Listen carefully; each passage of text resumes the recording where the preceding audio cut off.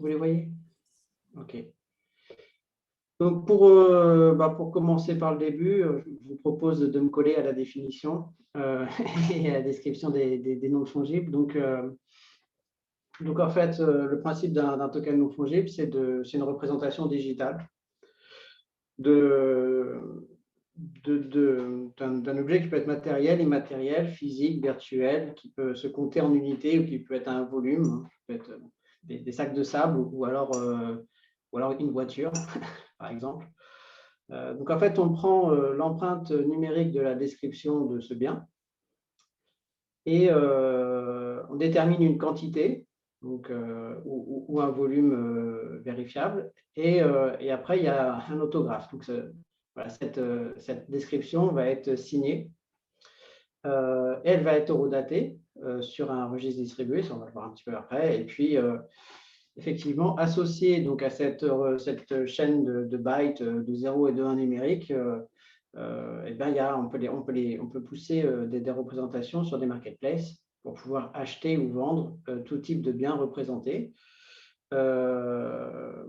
Et comme ces jetons ont la caractéristique d'être en partie sur leurs règles de transfert programmables, on peut définir des règles sur les émissions de ces preuves et puis sur les transferts de ces preuves, aussi sur l'usage, les paiements, les enchères, etc., qu'il peut y avoir, ou même des visionnages, des utilisations, qu'il peut y avoir sur ces objets représentés. Et le registre qui va tenir compte en fait de la liste des représentations, de l'ownership, donc de la propriété de ces représentations, eh bien, on utilise un DLT, donc on utilise un registre distribué. Et c'est pour ça que naturellement, on émet des tokens sur une blockchain, hein, typiquement, pour représenter ces tokens et représenter les parts de propriété et la propriété des tokens, aussi pour automatiser la gestion des droits, qui peuvent être des droits de propriété, des droits de transfert, des droits d'usage, et toutes sortes d'autres droits en fonction des métiers. Voilà. Et pour l'instant, il y a quelques momentum plutôt courts jusqu'ici dans l'histoire. Les rares PP en 2015, donc voilà, sur Bitcoin, le premier boom avec les CryptoKitties en 2017 sur Ethereum, et puis les nouveaux booms, on va dire, j'en ai cité un parmi beaucoup de ce moment-là, avec les NBA Top Shot, sur la blockchain Flow, voilà, on parlera un peu des stratégies par rapport aux technologies utilisées. Donc, en fait, c'est un système qui va prouver des déclarations et des transferts. Voilà. Donc, on va déclarer qu'on a une œuvre qui a telle caractéristique, etc. Par exemple, si c'est dans l'art. On va déclarer qu'on en a émis telle quantité disponible sur le registre. Et après, ces preuves vont permettre de transférer des droits associés. Par contre, effectivement, c'est limité au système. C'est-à-dire que si je suis un artiste, que j'ai une œuvre d'art et que j'ai mis sa représentation sur une blockchain, rien techniquement ne m'empêche de le refaire sur une autre chaîne. Si jamais je suis acheteur, que j'ai acquis un bien, que j'accède au contenu vraiment à la source de l'œuvre, rien ne m'empêche de prendre ce contenu et de le remettre ailleurs. Sauf qu'on a un système de preuve.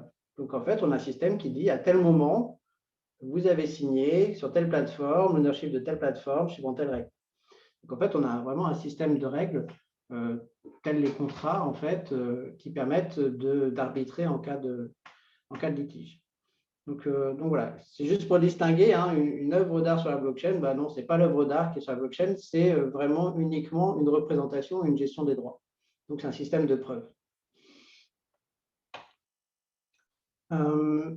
Donc, on voit émerger des plateformes dans tous les domaines. Alors, dans l'industrie, ça fait longtemps que la supply chain émet des types d'NFT en fait, pour tracer des productions, pour tracer des transferts de partenaire en partenaire, etc., pour tracer des états de processus.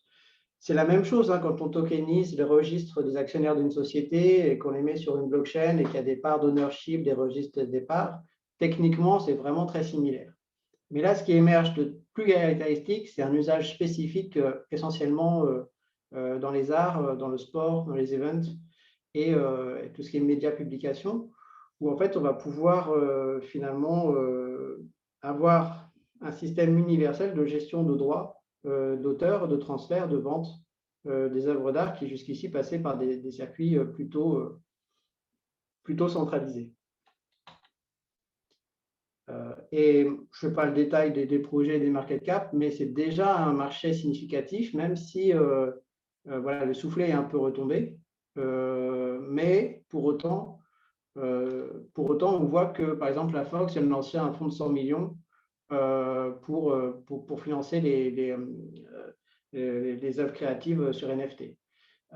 Pour autant aussi, il y a des personnalités qui sortent un petit peu du bois avec leurs projets, leurs réalisations, tel Jean-Michel Jarre, et qui s'inscrivent volontiers dans le fait de pouvoir utiliser ces représentations digitales pour des expériences digitales complètement. C'est-à-dire que maintenant qu'on a la représentation, une description, un système de preuves et de règles, eh ben, pourquoi ne pas faire des expositions, des spectacles virtuels dans des mondes virtuels qui s'appuient justement sur ces descriptions, on va dire, officielles des œuvres et des prestations. Avec un marché qui explose, ça on peut le voir, et les quelques pics, c'est Beeple qui a vendu son œuvre chez Christie's pour 69 millions, ou les CryptoPunks qui aujourd'hui ont un volume de 300 millions, ou Sorare fait aussi partie des belles réussites dans le domaine. Je passe un petit peu vite pour qu'on puisse parcourir tous les sujets, mais là c'est pour vous présenter des cas d'usage un peu précis. Donc NBA Top Shop, donc en fait ils prennent une vidéo des meilleurs shoots au basket, et la NBA les signe, les auteurs les signent, et finalement on a une vidéo signée comme une carte Panini, mais voilà, c'est une vidéo. Et on peut du coup garder pour les fans le moment historique et unique sur la vidéo, uniquement signée dans ces conditions-là, sur ce registre-là, par la NBA. On a la même chose pour les joueurs de foot. Donc, voilà, par exemple, Sorare. Donc, on va pouvoir essayer de chercher des talents, et puis plusieurs stratégies s'opèrent. C'est pour ça qu'on verra que c'est très gamifiant, en fait, comme expérience sur le collectible. C'est-à-dire qu'on va essayer de collectionner ces cartes rares, et on va essayer peut-être de découvrir le talent que personne n'a encore vu venir, et puis quand ce sera une star, le revendre plus cher. Par exemple, voilà, toutes sortes de gamification ou d'intérêt autour de ces représentations uniques. C'est vraiment l'unicité qui fait le changement de paradigme, on va dire, dans des objets digitaux qui jusqu'ici étaient très copiables. Je prends une photo, je copie une photo, j'ai deux photos. Bon, voilà, comment faire de la valeur à partir de là, c'est très compliqué. Par contre, à partir du moment où on a un registre qui établit l'ownership d'unité, et bien là, on commence à avoir de la rareté dans le digital, et c'est sur ce phénomène-là que se développent les NFT. Voilà, donc je passe dans l'art, mais effectivement, il y a des représentations de vraies œuvres qui après sont représentées de manière digitale et exposées parfois même de manière digitale. Donc après, il y a certains groupes se sont financés ou ont vendu des œuvres de musique. Donc quand on achète le fichier numérique, le fichier de musique, finalement, on achète avec le NFT.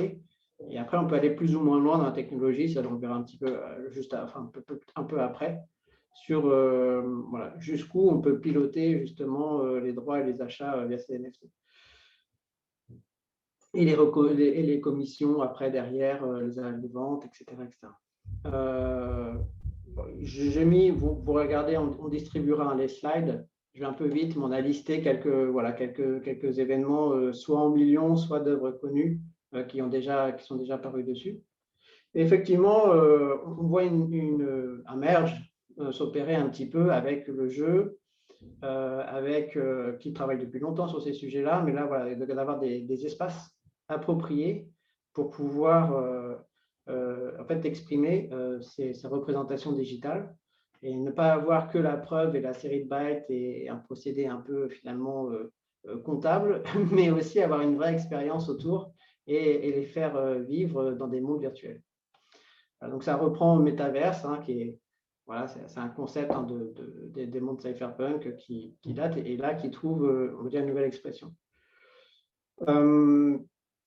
Donc pour balayer en diagonale les cas d'usage, d'abord c'est user-friendly, on a parlé un petit peu du côté collector et de côté Pokémon un peu sur les NFT. C'est aussi un Authority Token parce qu'on va pouvoir revendiquer d'être le propriétaire voilà, de telle ou telle chose. Et puis, comme on l'a vu, ça se gamifie particulièrement bien. Et ça s'accompagne, puisqu'on a, comme on l'a décrit, des règles qui peuvent s'automatiser sur les transferts, sur les commissions, sur les ownerships, sur les droits d'usage, ou même sur des accès à des usages ou des accès à des offres exclusives complémentaires.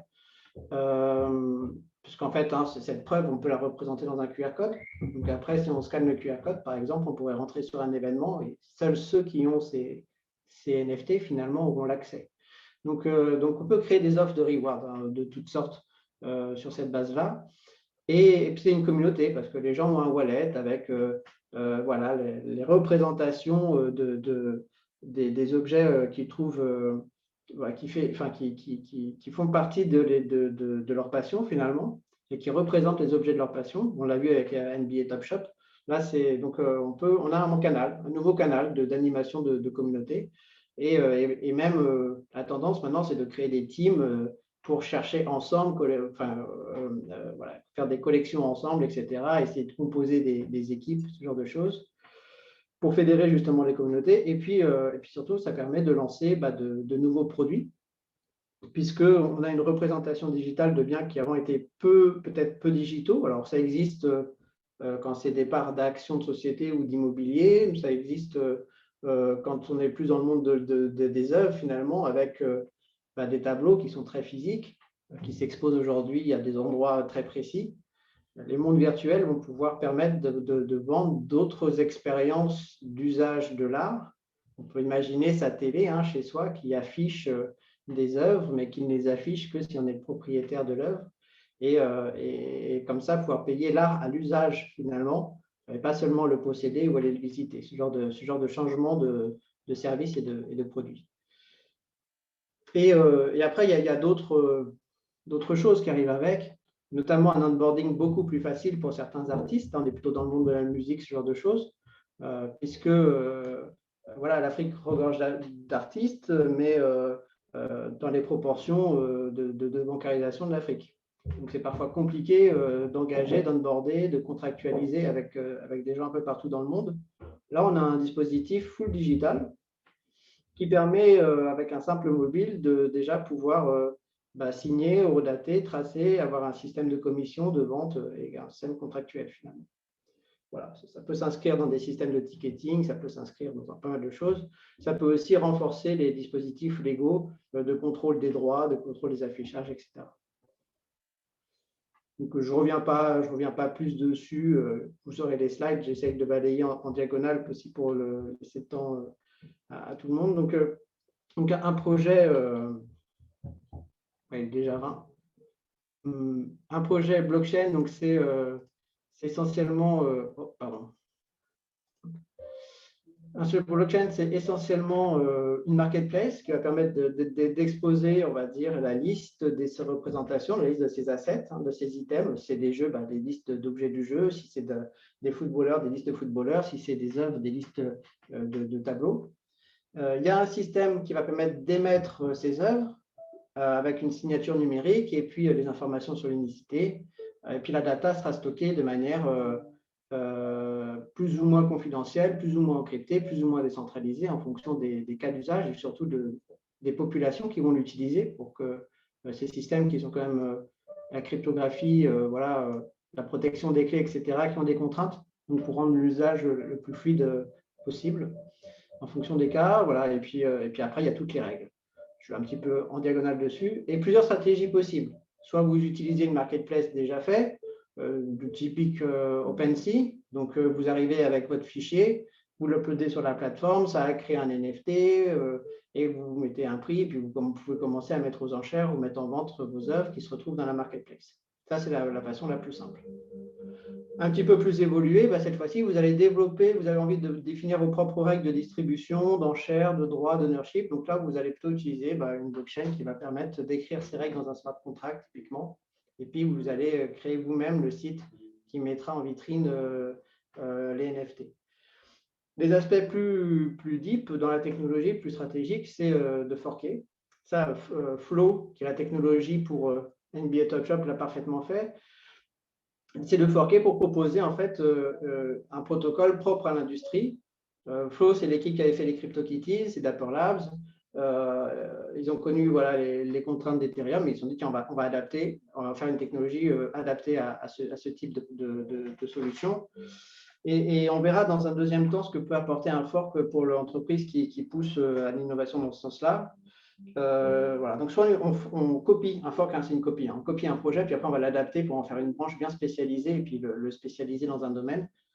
On peut faire la même chose avec des layers de open source, c'est-à-dire que cette fois-ci, on ne va pas copier, c'est des sortes de boîtes à outils sur lesquelles on peut composer, configurer soi-même sa blockchain et puis la certifier sur des réseaux plus gros comme Bitcoin, Ethereum et d'autres. Et puis sinon, on est dans une approche consortium où là, il y a des entreprises qui se réunissent pour définir voilà, le consortium de l'industrie entre eux. Je vais toujours un petit peu vite. Il y a quand même aujourd'hui une petite tendance j'ai mis Flow en exemple, pas forcément Flow qu'il faut prendre, mais c'est pour l'exemple parce qu'aujourd'hui, ils sont valorisés à 33 milliards et essentiellement du fait du succès d'NBA Top Shop. Donc, on voit en fait dans diverses industries, hein, ça peut même être le transport sur la traçabilité des colis, on voit sur beaucoup de choses, des projets d'IPO qui intègrent aujourd'hui l'idée de se dire pourquoi je n'aurais pas mon infrastructure qui crée ces NFT, donc ces représentations digitales avec ces règles de transfert, etc., dans le cadre d'un projet vraiment pour l'industrie. Avec plusieurs stratégies, mais encore une fois, on voit des valorisations à 33 milliards et c'est des budgets et des temps qui ne sont pas du tout à ces échelles-là. Donc, il y a un risque parce qu'on l'a vu, le marché assez pique et puis retombe assez vite sur les phénomènes NFT. Néanmoins, il y a quand même de nouveaux leviers dans la gestion des items digitaux qui sont très pertinents. Voilà. Et puis le côté légal, j'essaye d'aller vite. Le côté légal à prendre en compte, que ce soit sur les contrats présents et futurs. Hein, quand on a des artistes, aujourd'hui, ce n'est pas dans les contrats, donc les artistes peuvent faire des NFT un peu partout. C'est difficile de leur courir après en disant mais c'est pas gentil parce qu'on n'avait pas prévu, mais normalement c'est nous, mais voilà. Donc sur les contrats présents et futurs, c'est une des choses qui sont intégrées. Sur les preuves, hein, la preuve, pour que la preuve ait vraiment une valeur légale, autant on peut le faire sur blockchain, mais ça induit quand même un certain nombre de contraintes qu'il faut prendre en compte. Et puis, côté finance, la lutte contre le blanchiment d'argent, la connaissance des utilisateurs. Aussi, quand c'est un artiste qui dit qu'il a créé une œuvre, être sûr que c'est vraiment l'artiste qui le possède, qui le dépose, etc. etc. Donc, et puis, au niveau légal, on l'a vu, hein, des pays l'interdisent, donc il faut aussi avoir cette vision, quand on pousse une plateforme à l'international, des divers cas de régulation. Voilà. Je passe un peu vite sur les derniers points côté légal. On vous a mis une liste de tous les projets type métaverse, en tout cas de l'origine en 92 jusque même du Fortnite et d'autres projets, et un peu la convergence de tout ça. Et j'ai fini. Voilà, désolé, je suis allé hyper vite pour essayer de respecter le temps de chacun. Nicolas, c'est super, merci beaucoup. D'intro, et je pense qu'au fur et à mesure des autres interventions, voilà, vous pourrez mieux voir se dessiner le sujet. Merci beaucoup Nicolas. Je pense qu'on peut enchaîner directement avec Damien. Sachez qu'on a un invité surprise qui va essayer de s'insérer dans le flow parce qu'il a une contrainte. C'est donc le monsieur blockchain d'Ubisoft, Nicolas Poire, et qui pourrait qui pourrait nous présenter à 19h, à 18h40 là. Donc en fait, qui pourrait s'insérer juste avant l'intervention de Florent, si ça t'embête pas, Florent, pour qu'il puisse présenter. Donc je te propose, Damien, de commencer et puis on enchaînera avec Nicolas si c'est possible et ensuite Damien, Nicolas, puis ensuite Florent. Merci beaucoup. Ah, je dois te rendre le... Hop. Yes. Très bien, Ouais, merci. ouais. Il me manquait juste le micro. Et attends, je vais du coup partager. Et si tu peux aussi m'autoriser à partager, du coup, ce serait génial. Comment je fais ça? Alors, attends. Hop. Sécurité à gauche, normalement. Et autoriser les participants à partager. Donc, waiting room, share screen. Celui-là. En tout cas, Nicolas, merci beaucoup pour cette présentation. Alors, j'ai pris 2 exemples, c'est vrai, mais bon, sur des NFT, plutôt très connus, mais j'étais obligé. Donc je pense que j'irai un petit peu vite sur la partie théorique et on ira directement dans notre use case qui est, de notre point de vue, très passionnant et j'espère qu'il le sera, tout autant pour vous, en tous les cas. En tous les cas, je suis très heureux, David, encore merci, du coup, pour, ton invitation. Ça me fait vraiment plaisir de pouvoir partager, du coup, un petit bout de ce qu'on fait, du coup, au travers de Feedly, qui est une plateforme aujourd'hui très globale de récompenses, sur laquelle on fait pas mal de choses. Donc, on fait aussi bien du programme de fidélité pour des commerçants que pour des villes, le cas échéant, que créer des monnaies locales. Donc, nous, notre position aujourd'hui, c'est vraiment de créer des schémas d'économie circulaire au travers de la technologie blockchain et la création de... Ah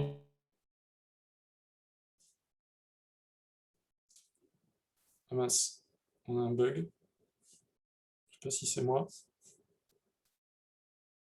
Vous m'entendez? Ouais, nickel. Est-ce que vous m'entendez? Ouais, il y a eu un petit bug. Ok. Du coup, est-ce que tout le monde m'a entendu ou pas? Est-ce que toi, tu m'entendais ou pas du tout? Moi, je t'ai pas entendu pendant 5 secondes.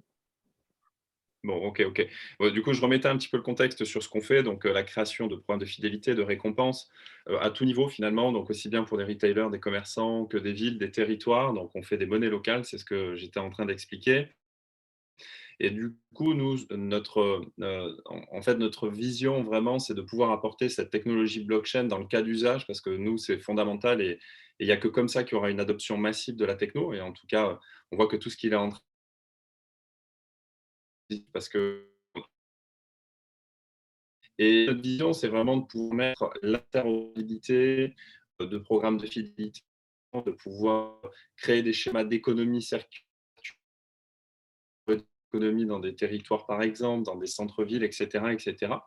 Et on a évidemment, donc, dans le cadre de Feedly, créé ce qu'on appelle la carte cadeau NFT, parce que Nicolas en parlait tout à l'heure, en fait, dans l'usage, le NFT aujourd'hui, il est évidemment très ancré sur de la gamification, sur de l'art, ou même sur ces fameuses cartes. Tu parlais de Sora notamment, et tu parlais de euh, Top Shot, qui sont des plateformes aujourd'hui qui sont, enfin, je trouve, assez exceptionnelles. En vrai, on peut faire tellement, tellement de choses, mais au travers des jeux vidéo notamment. Enfin, le NFT, ça a beaucoup de sens aussi, hein. Ils ont créé les skins il y a déjà très, très longtemps, bien avant que tout ça arrive.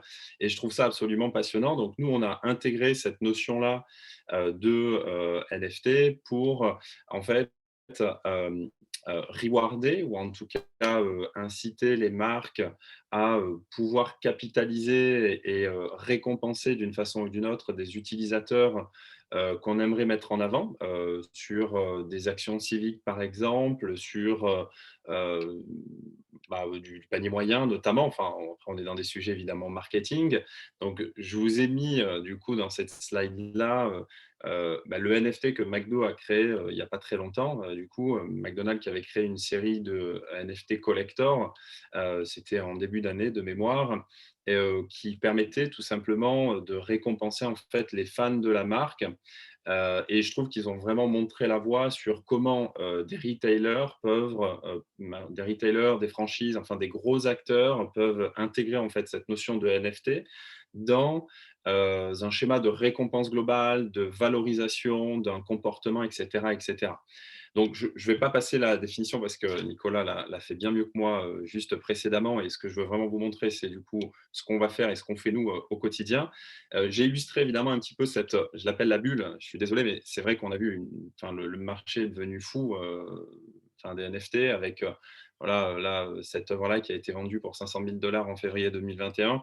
J'étais obligé de parler évidemment de Beeple avec cette œuvre-là qui a été vendue plus de 69 millions, ce qui paraît absolument incroyable pour une œuvre digitale. Euh, mais je trouve que ça ouvre la voie.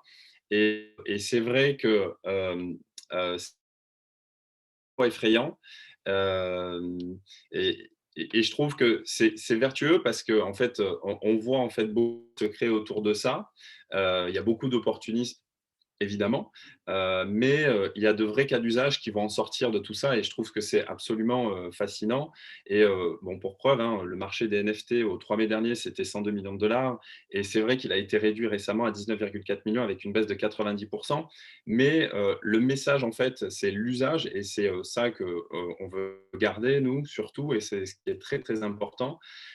Et nous, notre vision vraiment du NFT, vous l'avez compris, c'est de l'utiliser pour vraiment créer une relation client, administrer, le cas échéant, si on parle de programme de ville notamment, améliorer.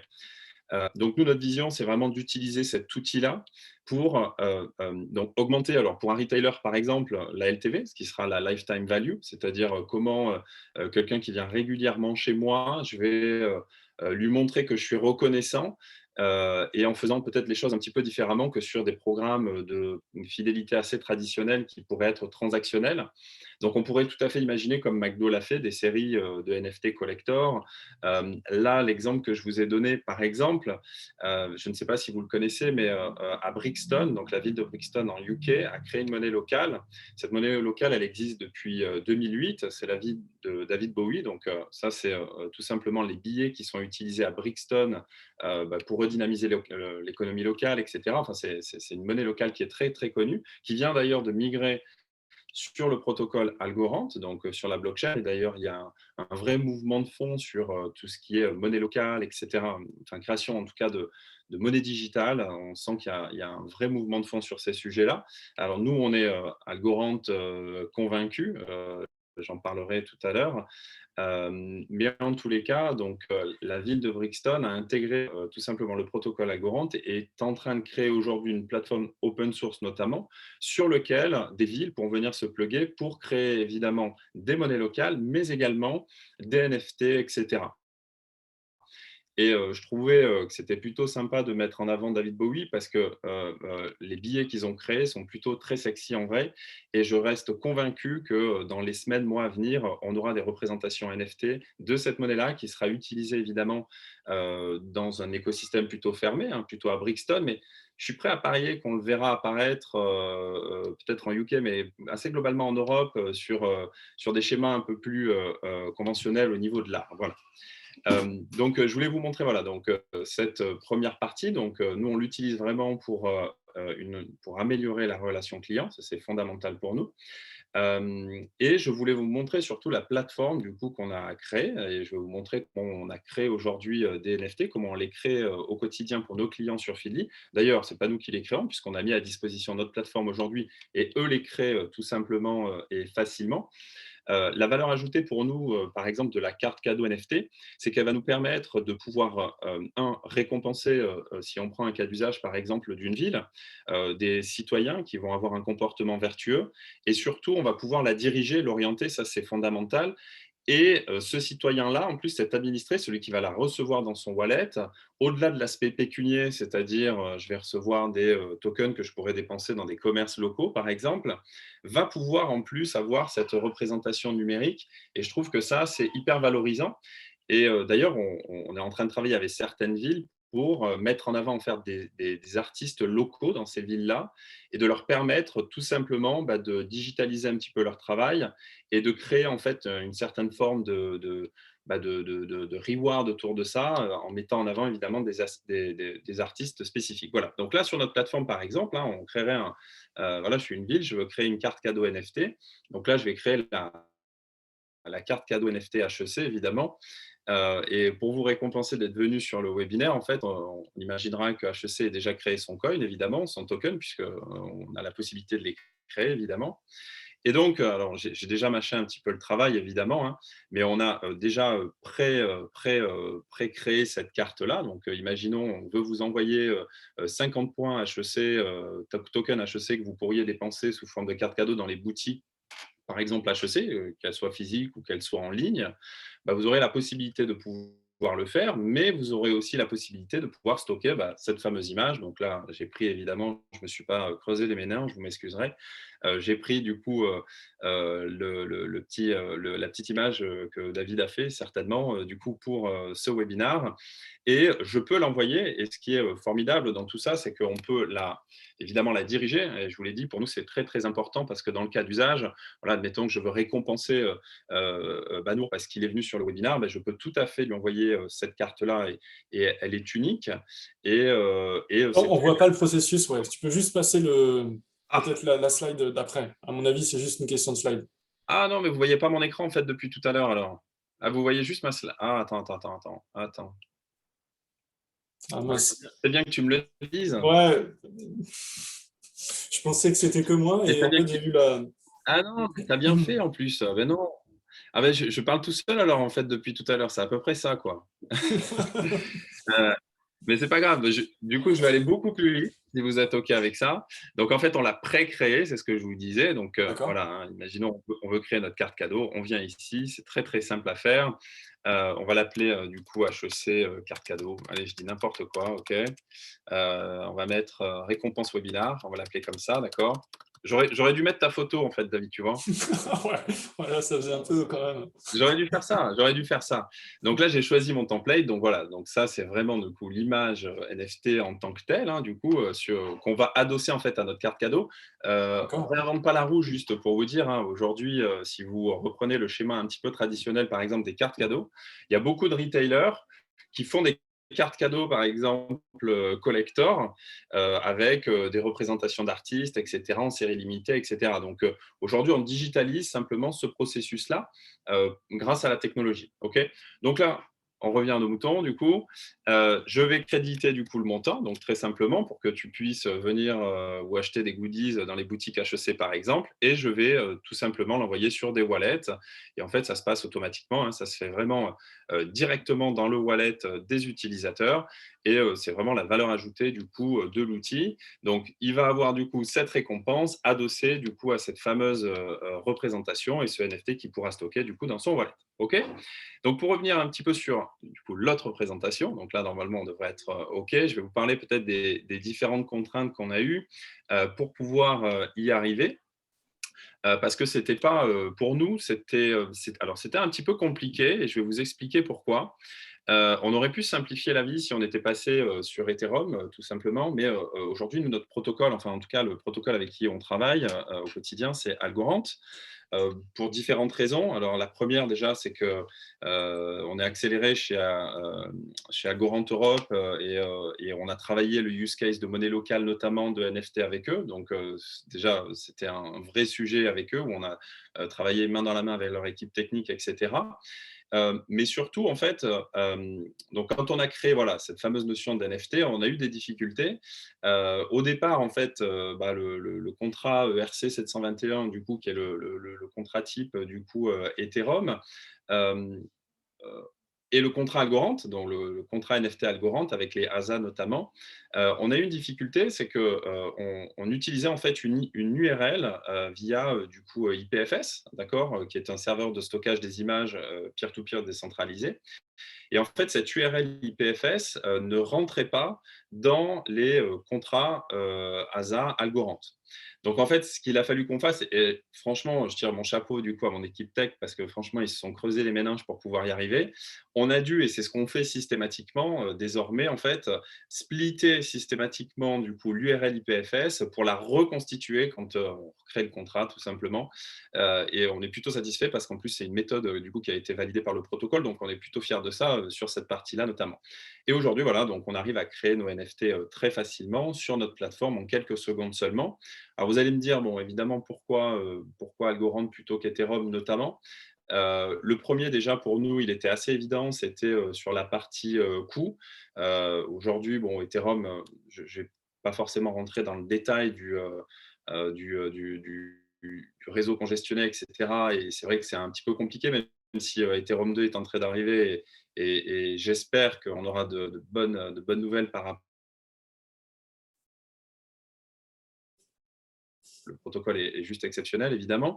Mais en tous les cas, voilà, aujourd'hui, quand on met en parallèle, je parle en termes de business pur et dur, un protocole qui va nous générer entre 10 et 30 $ de frais pour la création d'un NFT, un autre qui va nous coûter 10 centimes à peine pour un NFT, on a vite choisi finalement, d'accord, avec en plus des temps de latence qui sont de 10 à 15 secondes sur Ethereum et de 5 à 6 secondes sur Algo. Donc, le choix pour nous était vite fait. Donc, je voulais quand même illustrer cette partie-là pour bien comprendre du coup le schéma qu'on avait du coup intégré sur cette partie-là. Et en fait, derrière, le comment on le fait et comment on les stocke. Donc, évidemment, on a une application aujourd'hui dédiée. C'est une application fidélité dédiée qui tend à beaucoup évoluer, mais je vous inviterai du coup, peut-être que David, tu me donneras l'opportunité de revenir d'ici la fin d'année pour parler de toutes les évolutions que l'on va avoir d'ici là. Complètement.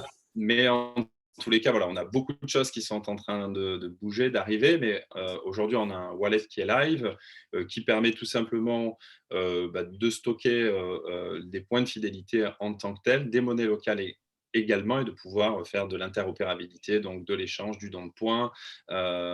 C'est aujourd'hui notre terreau principal, j'ai envie de dire, le NFT étant un outil supplémentaire qu'on met à disposition des marques, des villes, pour pouvoir rewarder, incentiver en fait des comportements citoyens, je vous en parlais, mettre en avant des comportements vertueux, etc. etc. Voilà, donc pour nous, la vocation du NFT et de la tech en tant que telle, sur ce sujet-là en tous les cas, c'est vraiment de pouvoir apporter voilà, cet outil tout simplement de mise en avant en fait de comportement. Voilà.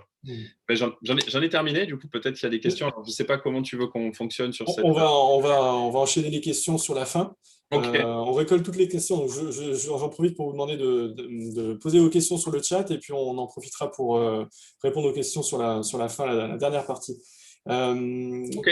Merci beaucoup, Damien. Merci pour cette présentation. C'était très clair, hyper intéressant. J'en profite pour introduire Nicolas.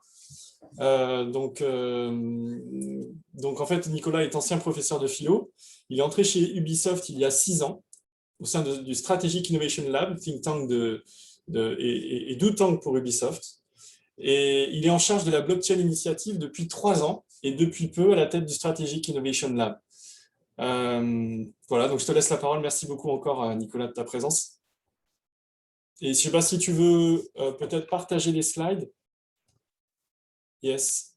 Alors, je suis en train de... Voilà, super. Et normalement, tu dois pouvoir les partager. Alors, il y a peut-être un truc à faire aussi, parce qu'il y a eu peut-être une manip un peu particulière avec Damien aussi, vu qu'il y a eu un...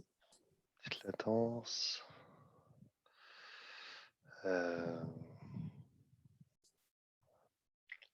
ne vois pas trop. D'habitude, c'est assez clair. C'est plus fluide d'habitude. C'est bon, non, c'est bon. Je l'ai. Ah, super. Hop là. Donc, normalement, c'est bon. Excellent. Donc, il y a déjà beaucoup de choses qui ont été dites. Donc, moi, je vais faire un petit disclaimer. Du coup, je ne vais pas tellement parler de ce qu'on fait chez Ubisoft. Pour nous, ça reste quand même très exploratoire, surtout pour des problématiques légales, des problématiques de régulation.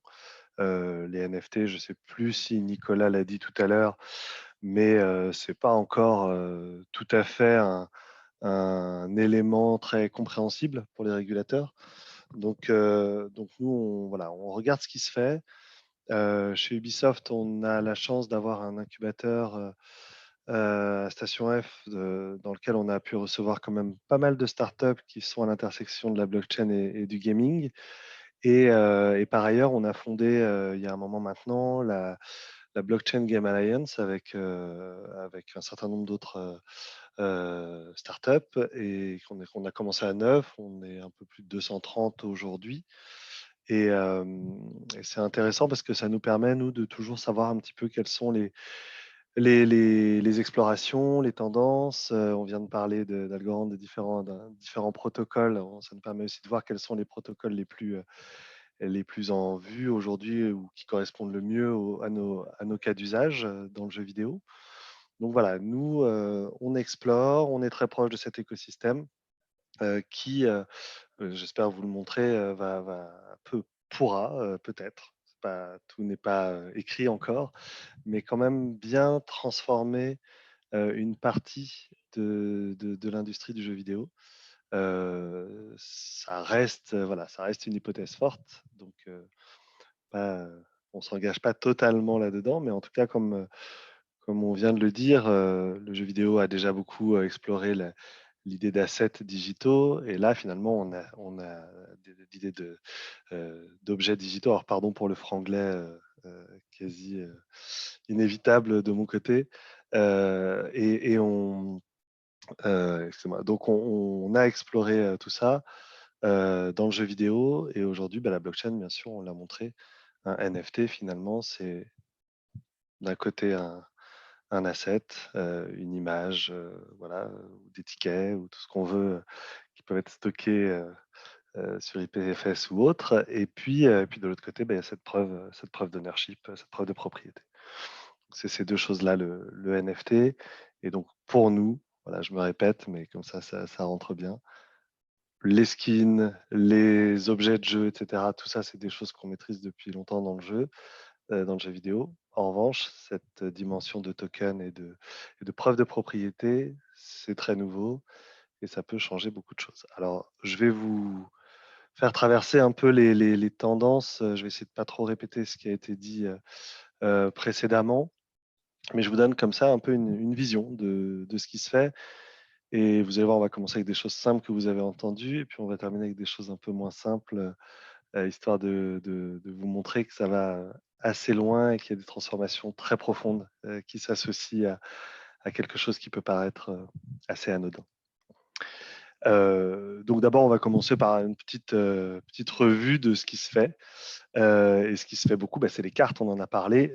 C'est les cartes parce que c'est finalement ce qu'il y a de plus simple à comprendre. Posséder une carte dans la vie, collectionner une carte Panini, etc. Et voilà, finalement, se dire qu'on a la même chose en digital, c'est pas quelque chose de trop compliqué. Pour un jeu vidéo, c'est même relativement simple parce que finalement, il n'y a pas d'animation.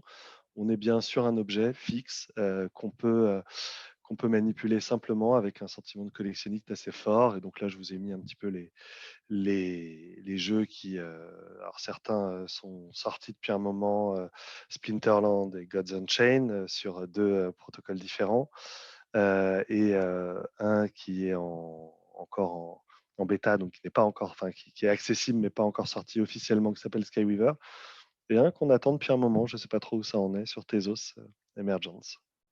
Intéressant aussi. Donc voilà, pour dire que pour beaucoup de monde, le gaming est l'industrie du jeu vidéo est probablement un grand vecteur de popularisation et d'acquisition pour le monde de la blockchain, et ça commence simplement par des cartes finalement. Après, on complexifie un peu les choses. On a pas mal parlé de Sorare. En fait, on se rend compte qu'il y a, voilà, on a parlé de Sorare, on a parlé de NBA Top Shot. Alors, c'est une vieille slide. Alors, on voit que Sorare, c'est encore sur Loom, mais Loom n'existe plus en tant que protocole. Mais ça, c'est intéressant. C'est un point intéressant dans le choix des protocoles. Je vais parler de ça, c'est l'occasion. C'est aussi on est encore dans une période on est très tôt encore finalement dans ces écosystèmes, même s'il y a beaucoup d'argent, il y a beaucoup d'échanges, il y a beaucoup de bruit autour de tout ça. Mais en fait, on est encore très tôt, et se tromper de protocole, ça peut être assez compliqué. Partir sur un protocole qui ne rencontre pas la communauté, le succès, etc., ça demande derrière beaucoup d'efforts pour retrouver, un public. Et c'est ce qui est arrivé à Sorare au tout début. Et donc, vous le voyez, tous les sports les grands sports sont représentés. Je pense qu'il y en a d'autres qui vont arriver bientôt, avec cette idée de lier du coup au token les résultats réels des matchs. Donc, vous avez déjà entendu parler de Sorare, donc je ne vais pas le redire, mais en tout cas, l'inventivité de Sorare, ça a été de se dire, voilà, on peut associer des cartes digitales à du fantasy sport, donc au fait de jouer en partant des résultats réels des joueurs dans les matchs type en ce moment, du coup, championnat d'Europe.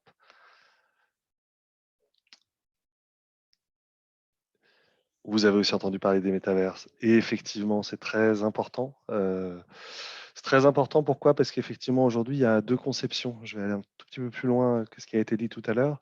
il y a deux conceptions des métavers. Il y a les métavers qui sont ces écosystèmes fermés, comme Fortnite, Roblox, Minecraft, tous les grands métavers connus, qui sont des jeux à grand succès, qui ont commencé par être des jeux avec des mécaniques de jeu bien identifiées, des mécaniques de monétisation assez classiques, mais qui restent dans des écosystèmes très fermés. Et le monde de la blockchain et du jeu vidéo, c'est vraiment réapproprier le terme aussi, mais en proposant des écosystèmes plus ouverts, avec cette idée finalement que le contenu peut être donc créé ailleurs que dans l'écosystème, il peut être créé avec d'autres outils, mais que malgré tout, on peut on va pouvoir intégrer ce qui a été créé sur d'autres outils dans ces jeux-là, et peut-être même les rendre interopérables. Ça veut dire avoir un asset, avoir un personnage quelque part, un avatar quelque part, et pouvoir le faire apparaître dans ces différents éléments.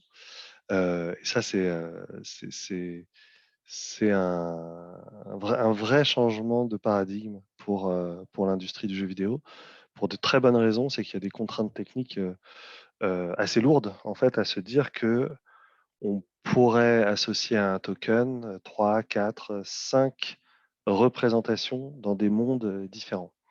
Il y a des contraintes de format des avatars, il y a des contraintes, enfin, des assets digitaux en général, et puis il y a des contraintes de stockage aussi. Si on se dit que un token, un NFT doit pouvoir être représenté dans tout un tas de mondes différents. Mais c'est clairement une voie qui est poursuivie. Là, je vous ai mis les 4 principaux métavers dans le monde blockchain, mais il y en a d'autres qui arrivent. Et notamment, il y en a qui arrivent par des acteurs qu'on n'attend pas, comme les acteurs de la mode, par exemple. Alors, j'ai peut-être raté ce moment-là parce que je suis arrivé en cours d'introduction de Nicolas, mais évidemment, un gros changement par rapport au métavers type Fortnite ou autre, c'est que dans le monde de la blockchain, du coup, on peut avoir une approche cadastrale du métavers et on peut vendre des parcelles de terrain. Et donc, en réalité, alors, j'ai pas décrit. Ah oui, parce que je le voyais pas bien, moi, de mon interface, mais à côté de métavers, j'ai mis GAAP, donc c'est Game as a Platform. Et en fait, vous avez bien l'explication ici. Si vous regardez à droite The Sandbox, le cadastre de The Sandbox, alors c'est un vieux, là aussi, c'est une image qui date d'il y a, quand je dis vieux à chaque fois, ça veut dire 6 mois, 1 an. En réalité, vous voyez qu'il y a un certain nombre d'autres marques. Il n'y a pas que la marque The Sandbox. Et c'est vraiment ça, cette logique de métavers ou de game as a platform. C'est l'idée finalement que qui va peupler, qui va animer ces métavers, ce sont d'autres marques, d'autres marques plus ou moins connues, avec cette idée que finalement, voilà, on peut acheter un espace marketing presque, mais dans lequel en fait il y aura des jeux, il y aura différentes choses, ou un espace d'expression pour ces différentes marques. Donc là, voilà, vous pourrez aller regarder ça si ça vous intéresse. Et c'est vraiment très important dans le monde des NFT, puisque j'en ai pas encore parlé, mais effectivement, une fois qu'on possède un NFT, qu'est-ce qu'on en fait? Où est-ce qu'on le montre? Où est-ce qu'on va le représenter? Et où est-ce que surtout, on a aussi parlé des communautés, où est-ce qu'on va se faire identifier? Il y a vraiment une dimension statutaire au NFT. Comment est-ce qu'on va pouvoir être identifié au sein d'un métavers grâce à ces NFT? C'est très important de pouvoir les montrer. Aujourd'hui, c'est sur TikTok. Demain, ce sera. Enfin, il n'y a pas de NFT, mais aujourd'hui, sur TikTok, on se montre et on fait du placement de produits. Demain, ce sera peut-être dans ces métavers. Évidemment, il y a cette dimension très importante des avatars, encore une fois, de ces représentations. Je vais passer rapidement. Là, c'est un jeu qui s'appelle Blancos Block Party, Mythical Games, pardon. C'est un jeu qui, ça y est accessible. Vous pouvez jouer. Vous voyez à quel point il y a une attention très forte qui est faite autour de la dimension vraiment de jouet. Le NFT ici apparaît comme un jouet dans une boîte. Il est signé par des artistes. Il est donc en quantité limitée. Et il y a vraiment cette logique de se dire, bon, voilà, je détiens quelque chose qui a presque les attributs d'un jouet réel. Et ça fait partie, en fait, de la proposition de valeur blockchain dans le jeu vidéo, puisqu'il y a cette idée finalement, quand on a assez de jouets avec un jouet, on peut le revendre sur le Bon Coin, par exemple. Et ben là, Nicolas parlait de toutes de cette pièce centrale qui est la marketplace, la place de marché dans le monde de la blockchain. Ben, c'est très important parce que c'est là où on va pouvoir revendre ces NFT, ces assets de jeu quand on en a un peu assez de jouer à un jeu. Aujourd'hui, on parlait d'écosystèmes fermés face à des écosystèmes ouverts. Si vous allez jouer à Fortnite, que vous dépensez beaucoup d'argent pour acheter des skins, par exemple, et ben, quand vous terminez quand vous en avez assez de jouer à ce jeu-là, bah, votre dépense elle est faite et puis il n'y a pas de possibilité finalement de reprendre une partie de sa mise, même d'occasion, même si on récupère que la moitié. Bah, là, c'est quand même vraiment une partie de la promesse, c'est de se dire que finalement, il y a bien cette dimension de propriété digitale, usus fructus abusus, avec cette logique. Du coup, on peut bien faire ce qu'on veut de cet objet digital, ce qui n'était vraiment pas le cas avant. Et donc la marketplace dont parlait Nicolas, je vais pas OpenSea, qui est la plus connue aujourd'hui pour le gaming. Et je vais essayer de passer rapidement sur un concept assez important, du coup. C'est là où il y a un autre changement de paradigme. Je parlais d'écosystème ouvert, écosystème fermé. Le fait de pouvoir revendre ces assets implique nécessairement que peut-être parmi ces assets de jeu, certains vont prendre de la valeur, vont prendre plus de valeur, comme on a il y a des vieilles figurines relatives à des dessins animés d'il y a 30 ans. Si les collectionneurs ont gardé ces figurines dans leur boîte, les ont pas ouvertes, etc., ils peuvent les revendre et en fait, elles ont vraiment gagné de la valeur. Donc ça, c'est la dimension spéculative qui est au cœur d'un certain nombre de rapports à la notion même de collection. Et ben aujourd'hui, grâce au NFT, il y a vraiment cette logique de se dire, en fait, le jeu vidéo peut proposer la même chose.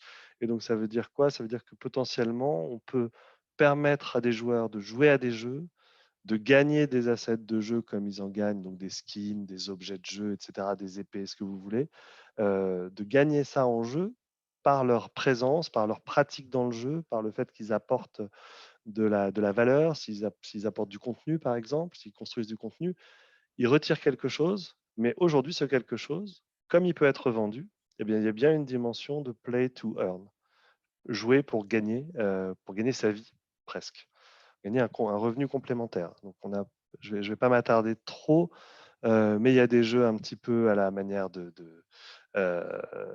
Pokémon, où on peut croiser des axes.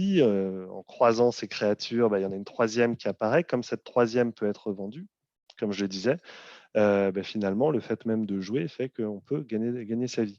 Alors, c'est un peu plus complexe que ça. Je ne vais pas rentrer dans le détail de l'économie, mais évidemment, il faut une économie qui empêche l'inflation. Il faut une économie qui soit juste. Enfin, voilà, il y a tout un tas d'éléments comme ça qui demandent à être équilibrés et qui demandent de créer finalement des nouvelles boucles de jeu autour de ces assets qui ont une valeur. Et ça, là encore, il y a un vrai changement. Alors, si je rentre là-dedans, ça va nous prendre un peu trop de temps, mais une des valeurs qui est défendue, en tout cas par les créateurs de ces jeux davantage décentralisés, écosystèmes ouverts, avec des assets qui ont de la valeur, un des concepts très importants, c'est la gouvernance décentralisée, parce que finalement, en possédant un objet du jeu, on possède une partie de la valeur du jeu, ce qui n'était pas le cas avant. Donc d'un seul coup, avec les créateurs du jeu, on partage finalement cette valeur. Donc évidemment, d'un point de vue communautaire et marketing, si on peut dire, on va devenir ambassadeur de ce jeu parce qu'on a envie que l'ensemble des assets de jeu prennent de la valeur. Mais en plus, voilà, je ne rentre pas dans le détail, mais il y a des tas de dynamiques qui permettent même d'aller jusqu'à partager la gouvernance du jeu. Donc aujourd'hui, pour ceux qui voudraient aller essayer Axie Infinity, alors là aussi, cette slide date un petit peu. Donc à l'époque, je disais que pour pouvoir jouer, alors pour jouer au jeu, il faut 3 Axie. À l'époque où j'ai fait cette slide, chaque Axie coûtait dans les 50 euros. Aujourd'hui, on est plutôt autour de 200 ou 300 euros. Donc la barrière à l'entrée est quasiment impossible à franchir pour des gens qui n'auraient pas les moyens. Et je vais revenir là-dessus après. Donc, c'est pour fallait que je le dise. Alors, je vous passe ça, mais du coup, une partie du jeu, vous pouvez retrouver une partie des éléments du jeu sur des exchanges. Alors là, ça commence à faire peur. Donc, effectivement, c'est des choses tout à fait exotiques. Est-ce que ça durera? Est-ce que c'est pas antithétique à la notion même de jeu? Plein de questions qui se posent là-dessus. Donc j'avance, mais ce sont des vraies bonnes questions. Et il se trouve qu'effectivement, pendant le Covid, ils ont pas mal communiqué là-dessus. Axie Infinity, il y a un village aux Philippines qui s'est retrouvé sans revenus à cause du confinement et qui s'est mis à jouer du coup à ce jeu, à ce Play to Earn, pour avoir un revenu finalement supérieur au revenu moyen aux Philippines. Alors là, évidemment, pour nous, ça pose beaucoup de questions éthiques. Donc, encore une fois, est-ce que quand on joue pour gagner de l'argent, est-ce qu'on est encore en train de jouer, c'est-à-dire chercher le plaisir de jouer, ou est-ce qu'on est en train de travailler? Donc là, il y a des concepts, des représentations assez fortes, représentations du monde assez fortes qui se heurtent les unes aux autres. Je connais bien les fondateurs d'Axie Infinity. J'ai beaucoup discuté avec les personnes qui ont créé qui ont poussé ce village finalement à vivre en jouant à Axie Infinity. Et la réponse pour eux est assez simple, c'est nous, on préfère. Alors déjà, bon, quand on n'a pas le choix, on n'a pas le choix. Hein. Là, il y avait une opportunité intéressante, donc on n'allait pas la laisser passer d'abord, donc la nécessité, bien sûr. Et deuxième chose, si on doit, comme beaucoup de pays du Sud, on a parlé de l'Afrique aussi tout à l'heure avec Nicolas, tant qu'à choisir, si on doit faire du digital labor, si on doit travailler pour des grandes plateformes, en fait, on préfère jouer et on préfère être maître de la valeur qu'on génère plutôt que d'être dépendant de plateformes. Alors, je ne vais peut-être pas citer, mais les grandes plateformes qui profitent, qui profitent. En tout cas, c'est fait partie de leur business model de s'appuyer sur un travail digital moins cher dans des pays du Sud. Et donc, parce que ça ne s'arrête pas là, cette histoire, je vous ai dit que je vais m'arrêter juste après la prochaine slide. Hop, je vais passer ça. Et donc, comme je vous le disais, le problème, c'est que ce village a pu rentrer dans le jeu Axie Infinity quand les Axies n'avaient pas beaucoup de valeur, mais aujourd'hui, c'est quasiment impossible de rentrer. Donc, en fait, ils se sont associés, une partie des gens que vous voyez sur les photos, là, et sous l'impulsion de quelqu'un qui est dans cet écosystème depuis longtemps, ils se sont associés dans une sorte de guilde qui s'appelle donc la Yale Guild. L'idée, c'est simplement de rassembler ces ressources, rassembler tous ces Axie Infinity et de les louer. De les louer pour pas cher, hein, en récupérant 5% des revenus générés par les emprunteurs et en les formant à jouer pour pouvoir en fait progresser dans le jeu, pour pouvoir gagner davantage, créer d'autres Axies, revendre leurs Axies et donc gagner leur vie autour de ça. Et en fait, au début, cette Yale Guild, je me suis dit, alors là, c'est vraiment où est-ce qu'on est, qu'est-ce que ça veut dire, pourquoi ça existe, ça ne peut pas exister en Europe pour des questions éthiques, pour des questions de régulation. Donc, qu'est-ce que ça va devenir et il se trouve que à la suite du succès, aujourd'hui, Axie Infinity, c'est un succès assez important dont on parle moins que Sorare ou NBA Top Shot, mais c'est un succès quand même très important. Ils ont passé les 100 000 utilisateurs. Et Yale Guild, du coup, c'est une communauté aujourd'hui de presque 10 000 personnes qui donc se rassemblent en fait le capital pour pouvoir investir dans d'autres jeux Play to Earn, former les gens et faire en sorte que finalement ce capital commun, cette espèce de mutuelle du jeu, fonctionne, grandisse. Et à ma grande surprise, je ne peux pas révéler le nom des investisseurs pour l'instant, mais les investisseurs traditionnels refusaient d'aller dans ce type de jeu Play to Earn parce que pour nous, le jeu vidéo, c'est quand même compliqué d'aller là-dedans. Et à ma grande surprise, Yale Guild a intéressé deux grands investisseurs assez traditionnels du jeu vidéo et du web. Et donc ce sera annoncé bientôt, je pense. Et, et je comprends pourquoi. C'est-à-dire que ça leur permet, par Yale Guild, d'accéder au meilleur de ce qui se fait dans le monde du Play to Earn. Mais ça veut dire aussi qu'ils croient à ce genre de modèle. Et quand on discute avec les fondateurs de Play to Earn, de Yale Guild, pardon, leur réponse est évidemment, vous, pays occidentaux du Nord, ça ne vous intéressera pas. Mais nous, en Asie du Sud, en Inde et en Afrique, c'est un moyen pour nous de nous émanciper d'une économie à laquelle on n'a pas accès aujourd'hui. Donc voilà, je suis parti assez loin, mais ça part des NFT dans le jeu vidéo. Ça va créer, on voit déjà, hein, je dis c'est le futur, mais c'est déjà là comme souvent. Ça va créer de nouvelles pratiques, ça va poser de nouvelles problématiques de régulation et de nouveaux enjeux éthiques, évidemment, autour de la distinction entre travail et loisirs, dans un monde où les jeux sont des plateformes dans lesquelles on pourra gagner notre vie. Et si on fait un petit lien avec un événement plus récent, on parlait des métavers. Les candidats aux élections présidentielles américaines sont apparus dans Fortnite, par exemple. Donc voilà, tout ça va sans doute se rejoindre à un moment, mais c'est déjà un peu là. Voilà, je vais m'arrêter là. Merci beaucoup, Nicolas. Merci beaucoup pour ton temps et cette super présentation. Je vous propose de passer directement à la présentation de Florent, donc qui allie blockchain et street arts, et notamment avec Stendhal. Florent, la parole est à toi, si je te la donne, effectivement. Excuse-moi. J'ai un petit problème de... C'est bon. C'est bon, parfait. Voilà. Ben déjà, merci Nicolas, enfin et tous les speakers d'avant pour tous ces insights. Je vais avoir la tâche difficile de jongler entre ce qui a déjà été dit ou pas pour pas être redondant. Alors, tac.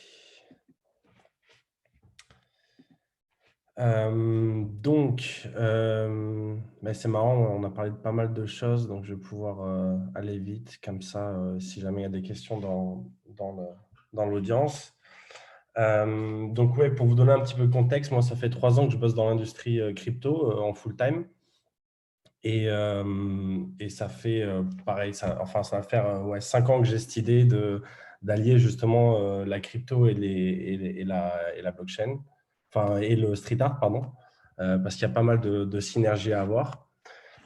Mais bon, avant ça, on va rentrer, enfin, vite fait, on va survoler un petit peu ma perspective sur justement ce qu'est les NFT. Donc, par rapport au contexte qui a été évoqué plusieurs fois, donc le NFT, voilà, c'est un actif unique, rare, etc. Un moyen de le démocratiser un petit peu, même si ce n'est pas exactement ça techniquement, c'est de le considérer comme un nouveau format, en fait, une sorte de nouveau format, mais qui est sur ces registres décentralisés, donc blockchain. Et ces registres décentralisés, ce que ça permet, c'est vraiment de créer de la rareté numérique. C'est-à-dire que du fait qu'on est capable de garder trace de qui fait quoi, qui a quoi en permanence, on est capable de créer des actifs qui sont rares et qu'on ne peut pas juste copier-coller comme n'importe quel autre type de format, en fait. Et donc ça ouvre une nouvelle classe d'actifs qui trouve des cas d'usage dans plein d'industries, comme on a pu le voir, dans le gaming, dans la relation client, dans beaucoup de choses. Et en fait, pourquoi ça a explosé récemment? Bon, déjà parce que c'est tout récent. Mis à part les quelques exceptions qu'il y a eu avec les PEP, etc., ça a vraiment émergé avec les CryptoKitties. Donc, c'était fin 2017. Et en fait, le gros de la… Enfin, moi, je parle toujours dans le concept dans la perspective de l'art et du NFT. Mais donc, c'est assez spécifique et général à la fois. Mais bon, le gros du marché sur l'art a vraiment évolué à partir de 2021, enfin à partir de janvier. Et ça, c'est une accumulation de plusieurs facteurs, du fait déjà qu'il y a une prise de conscience que des choses purement numériques peuvent avoir de la valeur. Ensuite, il y a cette idée que beaucoup de choses culturelles en fait, commencent à être valorisées. Et ça, c'est un point que je vais vous exposer après, c'est la culture comme classe d'actifs, comme nouvelle classe d'actifs. Et le confinement, etc., a fait qu'il y a eu vraiment une prise de conscience et les gens ont commencé à spéculer et se dire, si effectivement le NFT, c'est une révolution, c'est la révolution qu'ils annoncent, l'art qui est fait à l'heure actuelle, ça sera l'équivalent des grottes de Lascaux dans 20 ou 30 ans en termes de… Enfin, il y a eu plusieurs fois cette blague déjà pendant cette conversation sur le fait que les slides sont vieilles parce que ça a 6 mois, mais parce qu'en fait, quand on travaille dans l'industrie crypto, c'est en années de chien qu'il faut compter et c'est des décennies qui passent en un semestre. Donc, ça va très, très vite. Et donc, voilà, c'est encore récent, mais il y a encore beaucoup de choses à bâtir. il y a plusieurs points qui ont été évoqués. Toute la partie légale, c'est encore le Far West et il y a des gros enjeux parce que c'est des actifs qui sont programmables. Et donc, du coup, le potentiel, c'est de pouvoir programmer du droit, d'encoder du droit directement sur ces actifs. Donc, ça, c'est déjà quelque chose c'est un grand champ d'exploration hyper intéressant. Après, il y a aussi rajouter de la décentralisation. Il y a encore beaucoup de problèmes par rapport à IPFS, etc. Je vous passe les détails qui sont des détails techniques et pas forcément très passionnants. Et aussi offrir la possibilité, offrir un meilleur moyen de les diffuser parce que à l'heure actuelle, c'est vrai qu'on achète un NFT et en dehors de la plateforme où on l'a acheté, souvent, on l'a juste dans notre wallet et c'est difficile de le montrer. Et comme on l'a dit, c'est beaucoup un aspect social. Donc, c'est important d'avoir aussi la possibilité d'exposer ce qu'on achète ou ce qu'on reçoit. Alors, je ne peux pas passer les slides. Ah, c'est bon. Donc, le gros du gros, le gros potentiel des NFT, c'est vraiment la tokenisation. Et donc, c'est mettre sous token des actifs, qu'ils soient numériques ou réels. Et quand on dézoome un petit peu, on se rend compte que en fait, dans tout ce qui nous entoure, la plupart des biens, que ce soit vous ou ce que vous possédez, c'est toujours non fongible. C'est-à-dire que c'est pas… souvent, en fait, avec l'arrivée des cryptos, on a pensé que ça y est, on va avoir des tokens pour tout et n'importe quoi. Vous allez pouvoir mettre une monnaie, rattacher votre monnaie à votre maison, votre portable, etc. Et ça, est-ce que ça fait vraiment du sens, sachant que tout n'a pas vocation, justement, même si on veut rendre plus liquide une chose, ça ne fait pas forcément du sens de rattacher une monnaie, par exemple, à, je ne sais pas, ce que vous avez dans votre frigo, quoi.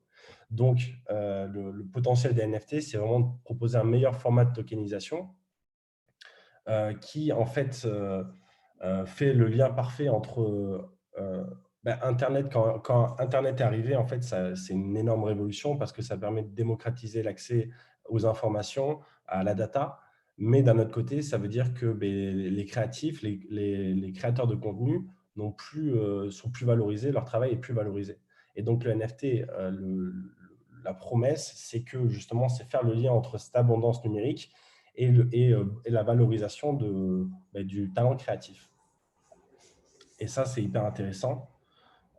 Et quelque chose d'autre qui est assez important aussi dans les NFT, c'est justement le fait de potentiellement rendre plus tangibles les choses intangibles. C'est-à-dire que maintenant, la propriété intellectuelle, par exemple, on peut se la transmettre à travers un NFT.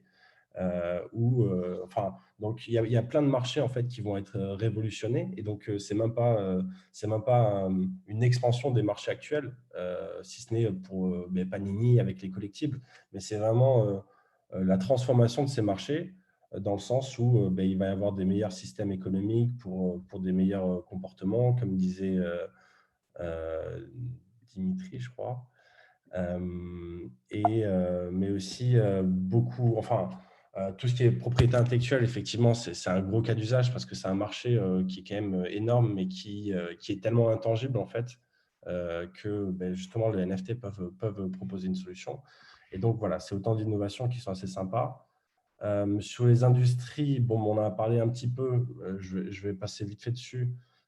Déjà, sur la finance, on voit que pour les pros, les aficionados de la DeFi et de la finance décentralisée, il y a déjà Uniswap qui est le plus gros protocole, on va dire, de DeFi, qui utilise déjà des NFT en fait pour capturer les positions de leurs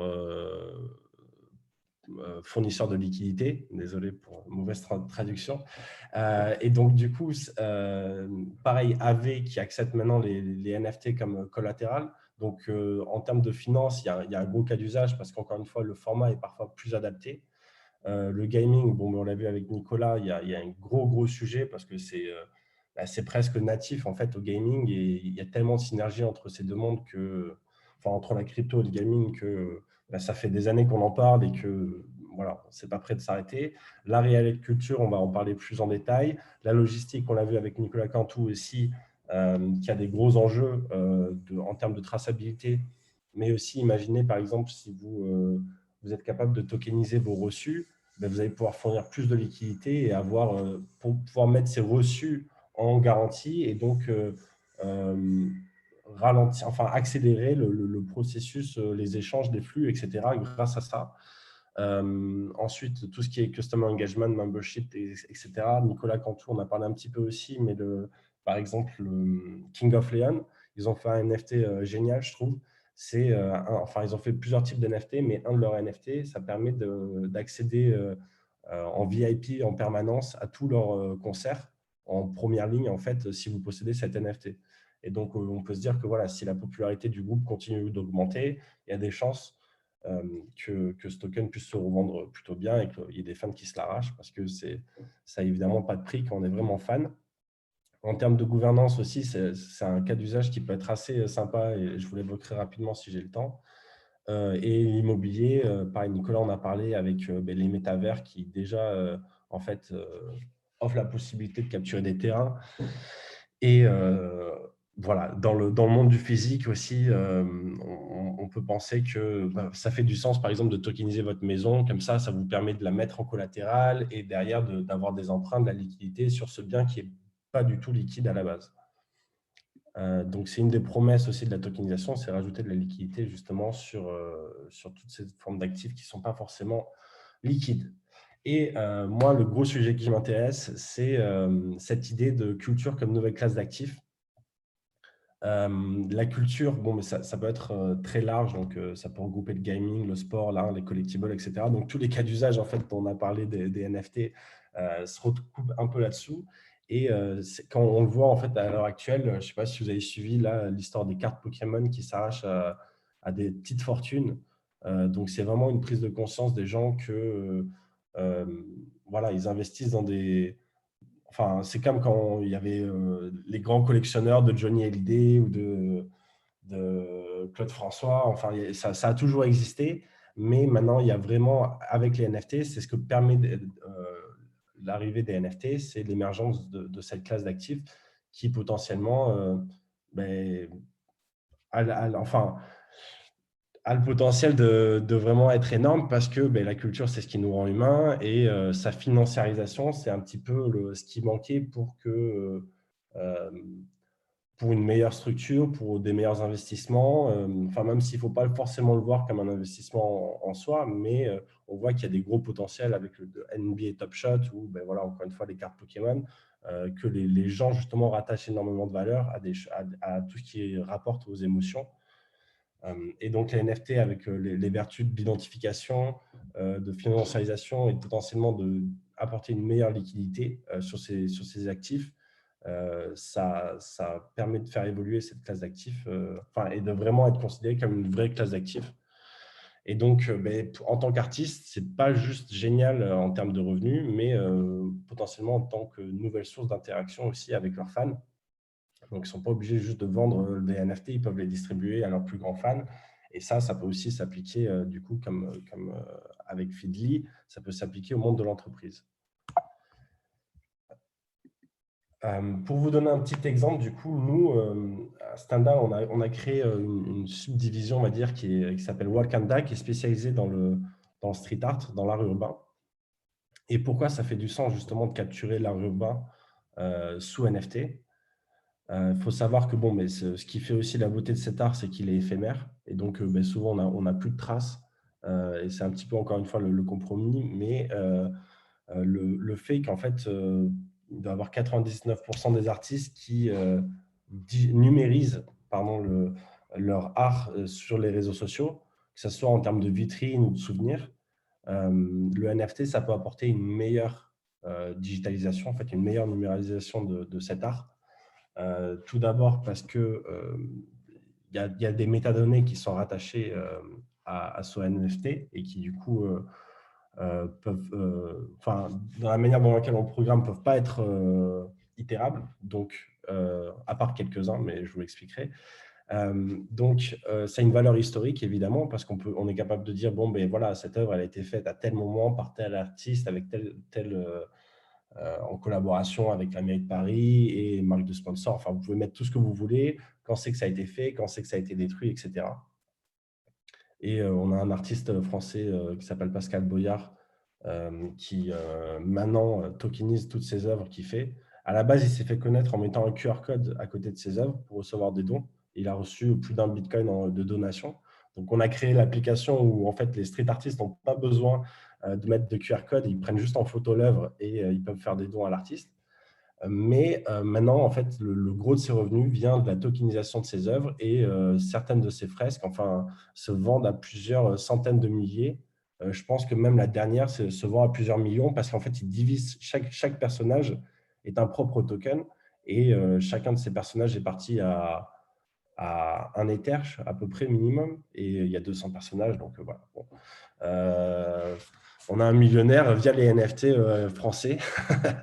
Mais bon, au-delà de la valeur historique, il y a aussi, le NFT, c'est un formidable médium artistique parce que déjà, ça donne la possibilité à plusieurs types d'artistes de collaborer parce que c'est un fichier numérique, mais vous pouvez très bien mettre du street art, vous pouvez rattacher ça vous pouvez collaborer avec un poète, un musicien, un artiste 3D, ce que vous voulez, un danseur, et créer une œuvre unique qui a la symbiose en fait, de tous ces genres d'art.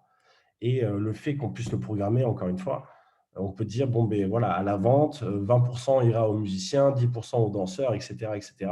Et ça permet de manière inhérente de résoudre des conflits qui ne devaient pas avoir lieu d'être. Mais voilà, laisser juste les artistes créer et tout ce qui est monétisation, en fait, que ça soit automatiquement redistribué, notamment via les smart contracts, etc. Et aussi, le troisième cas d'usage pour le street art, c'est vraiment un médium relationnel. C'est une sorte de patronage, en fait. Quand vous achetez le NFT de quelqu'un, enfin, je ne sais pas si on a des collectionneurs dans la room, mais quand vous achetez le NFT de quelqu'un, c'est vraiment une relation qui s'entame, en fait, entre l'artiste et le collectionneur. Parce que c'est à la fois le moyen de soutenir l'artiste et c'est aussi... voilà, il y a tout ce concept de relation et d'échanger, de prendre en compte voilà, qui sont mes collectionneurs, qu'est-ce qu'ils font pour moi, etc., depuis quand ils me suivent. Ou est-ce que c'est juste des gens qui achètent et qui revendent. Donc, c'est aussi ça se fait. Et c'est important pour les artistes parce que ça permet d'avoir des découvertes de prix, en fait, parce que c'est pas facile de valoriser son art quand c'est une industrie toute nouvelle comme le crypto art. Et donc, le fait qu'il y ait des gens qui achètent vos œuvres et qui les revendent directement x10, c'est intéressant de savoir justement où est la limite, qu'est-ce que les gens sont prêts à acheter en fonction de la cote des artistes. Voilà. Ensuite, nous, en fait, on se vend vraiment comme une palette d'outils parce qu'on a sorti une plateforme, enfin, on sort la plateforme Marketplace, mais derrière, on a un tas d'outils qui peuvent être intéressants pour les artistes et pour leur argent, etc. Donc, on permet de créer des NFT, on permet de créer des événements. Donc, s'il y en a certains d'entre vous qui sont sur Paris pour l'ETHCC, et je vous le dis en exclu parce que ça va être dans la newsletter de demain, mais voilà, petite exclu pour vous. On fait une grande chasse au trésor de NFT et street art pour le THSC, donc ça sera le 20 juillet, dans un mois. Et l'idée, c'est que vous allez avoir une série d'énigmes. Ces énigmes vont vous mener aux œuvres. Dans les œuvres, vous allez trouver un mot, et si vous mettez les 12 œuvres mot à bout, vous avez l'acide fraise, en fait, la phrase du wallet qui contient les NFT qui ont été faits pour l'événement. Est-ce que c'est un événement que tu as déjà organisé sur Bordeaux, je crois, c'est ça, hein? Ouais, c'est ça, exactement. On a fait ça sur Bordeaux en test un petit peu et on a eu un super succès et des bons retours. Et à la suite de ça, on m'a contacté justement pour organiser ça à Paris. Donc voilà, le mois prochain, il y aura cette petite chasse au trésor. Et donc l'idée, c'est que là, on va le faire avec 13 artistes différents. Mais en fait, les artistes pourront très bien faire ça à titre individuel avec leur propre œuvre. Par exemple, voilà, faites le tour de trouver, si vous êtes capable de me trouver 20 œuvres à moi dans la ville, par exemple, je vous donne des NFT. Ensuite, je vous parlais aussi qu'il y avait beaucoup de choses à construire. Ça, c'est un de mes associés qui construit et c'est assez fou le potentiel. C'est tout ce qui est rendre les NFT interactifs. Et donc, dans le cadre de là, enfin, dans le gaming, je pense que ça va être énorme. Donc, par exemple, si vous investissez et vous achetez, vous upgradez votre skin, et bien, en fonction de vos performances, par exemple, votre skin va s'upgrader, etc. Là, dans le cadre de l'art, par exemple, l'idée, c'est que en fonction de qui le regarde ou en fonction de données extérieures, par exemple, votre NFT va se transformer.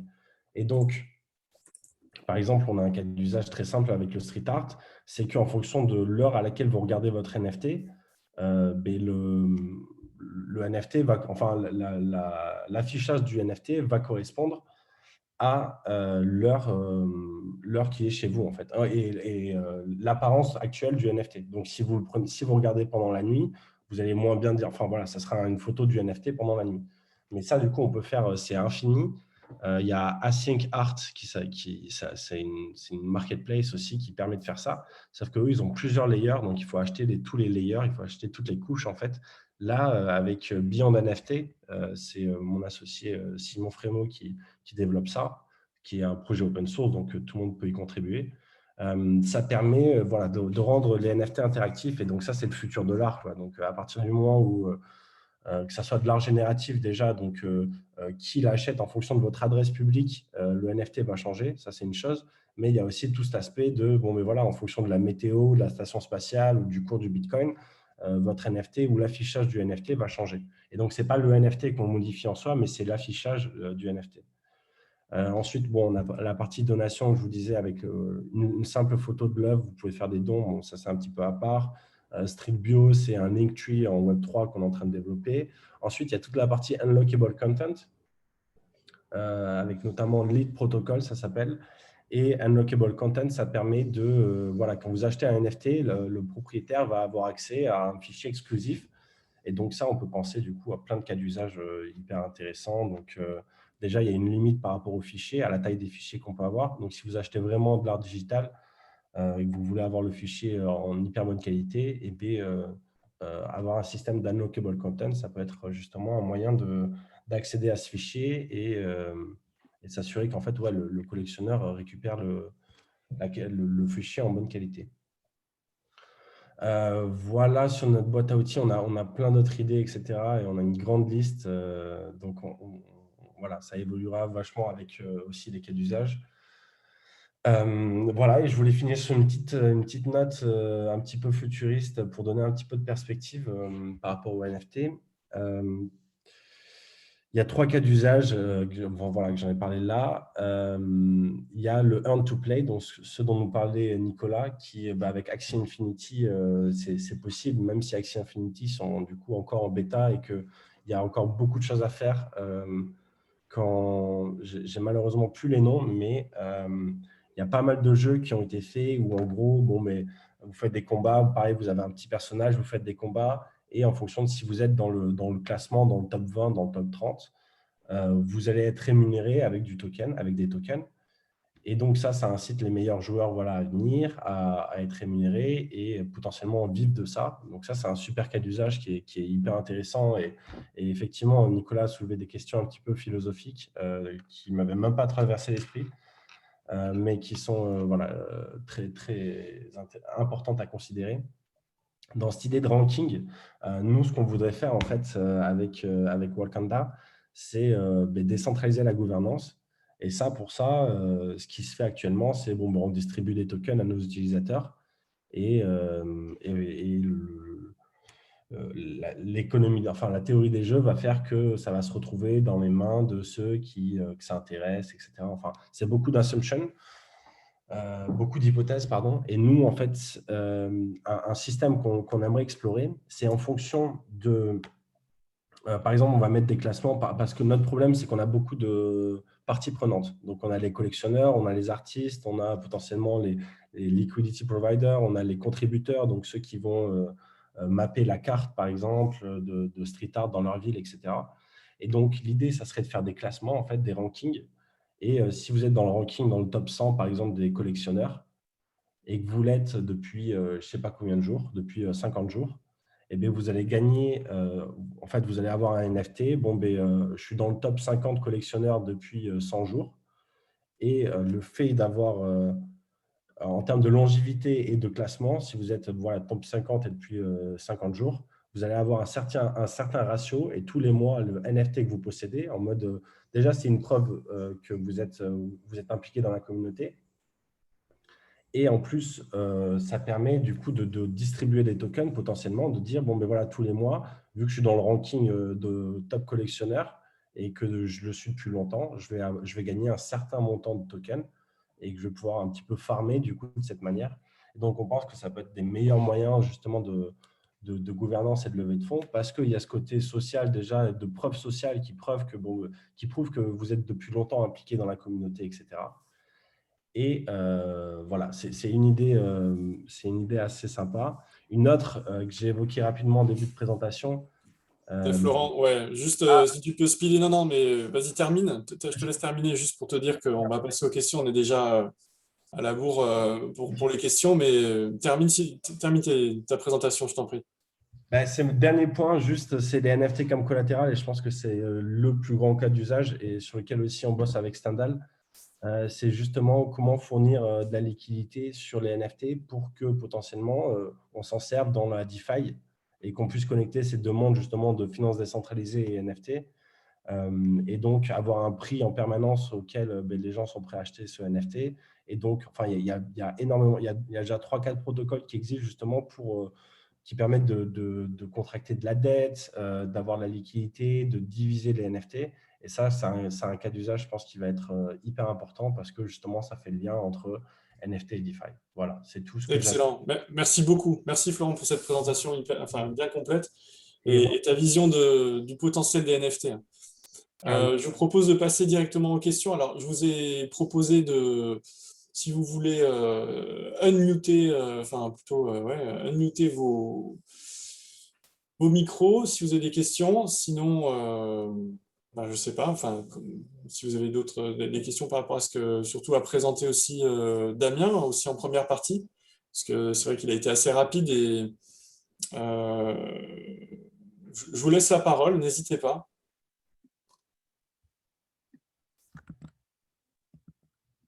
Alors, il y avait une question notamment de Nicolas Cantu sur un moment donné, sur peut-être plus techno. Attends. Oui, j'étais un peu de curiosité, c'était sur les œuvres donc qui, en fonction du contexte où elles sont diffusées, elles changent. Savoir si du coup, par rapport à la preuve du NFT, en fait, puisque ça change, voilà, si les conditions du changement étaient dans le NFT ou si les changements étaient ad hoc, voilà, c'était de la curiosité. C'est effectivement, on ne touche pas au NFT, c'est l'affichage du NFT qui change. Nous, pour le street art, en fait, on bosse, on fait des DID, voilà, tu sais ce que c'est, des identités décentralisées pour permettre de pouvoir changer certaines métadatas, par exemple la date de destruction du NFT. C'est un peu la seule donnée qu'on va changer. Mais sinon, la date de destruction du street art, pardon, qu'on mettra dans le NFT. Mais sinon, c'est de l'affichage. Donc, c'est juste, tu as une sandbox qui s'ouvre et tu vas pouvoir programmer en fonction des caractéristiques que tu veux l'affichage de ton NFT et donc pas le NFT en soi, pas le token. Voilà. Okay.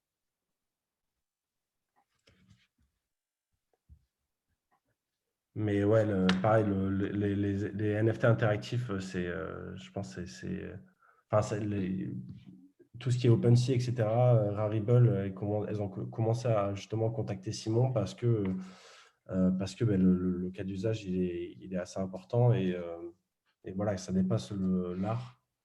Donc toi, par rapport aujourd'hui, Stendhal, c'est sur quel protocole? Nous, on est sur Ethereum, mais voilà, on a développé avec Matic, donc qui a un layer 2 qui est plus scalable. On a NIR aussi qu'on regarde, qui est assez intéressant comme protocole aussi. Donc voilà, on n'est pas agnostique, mais voilà, on est curieux quand même et on ne se ferme pas de porte. Donc ouais, si j'avais bien compris, c'est ça, de prendre un protocole qui me permet quand même l'interopérabilité au maximum. Ce que disait Nicolas Pouard, c'est ça, c'est de s'assurer de prendre un protocole, de miser sur le bon protocole qui va faire partie des plus gros écosystèmes et favoriser l'adoption finalement. Et puis derrière, d'avoir une communauté de développeurs la plus forte. Et donc, c'est pas si évident que ça.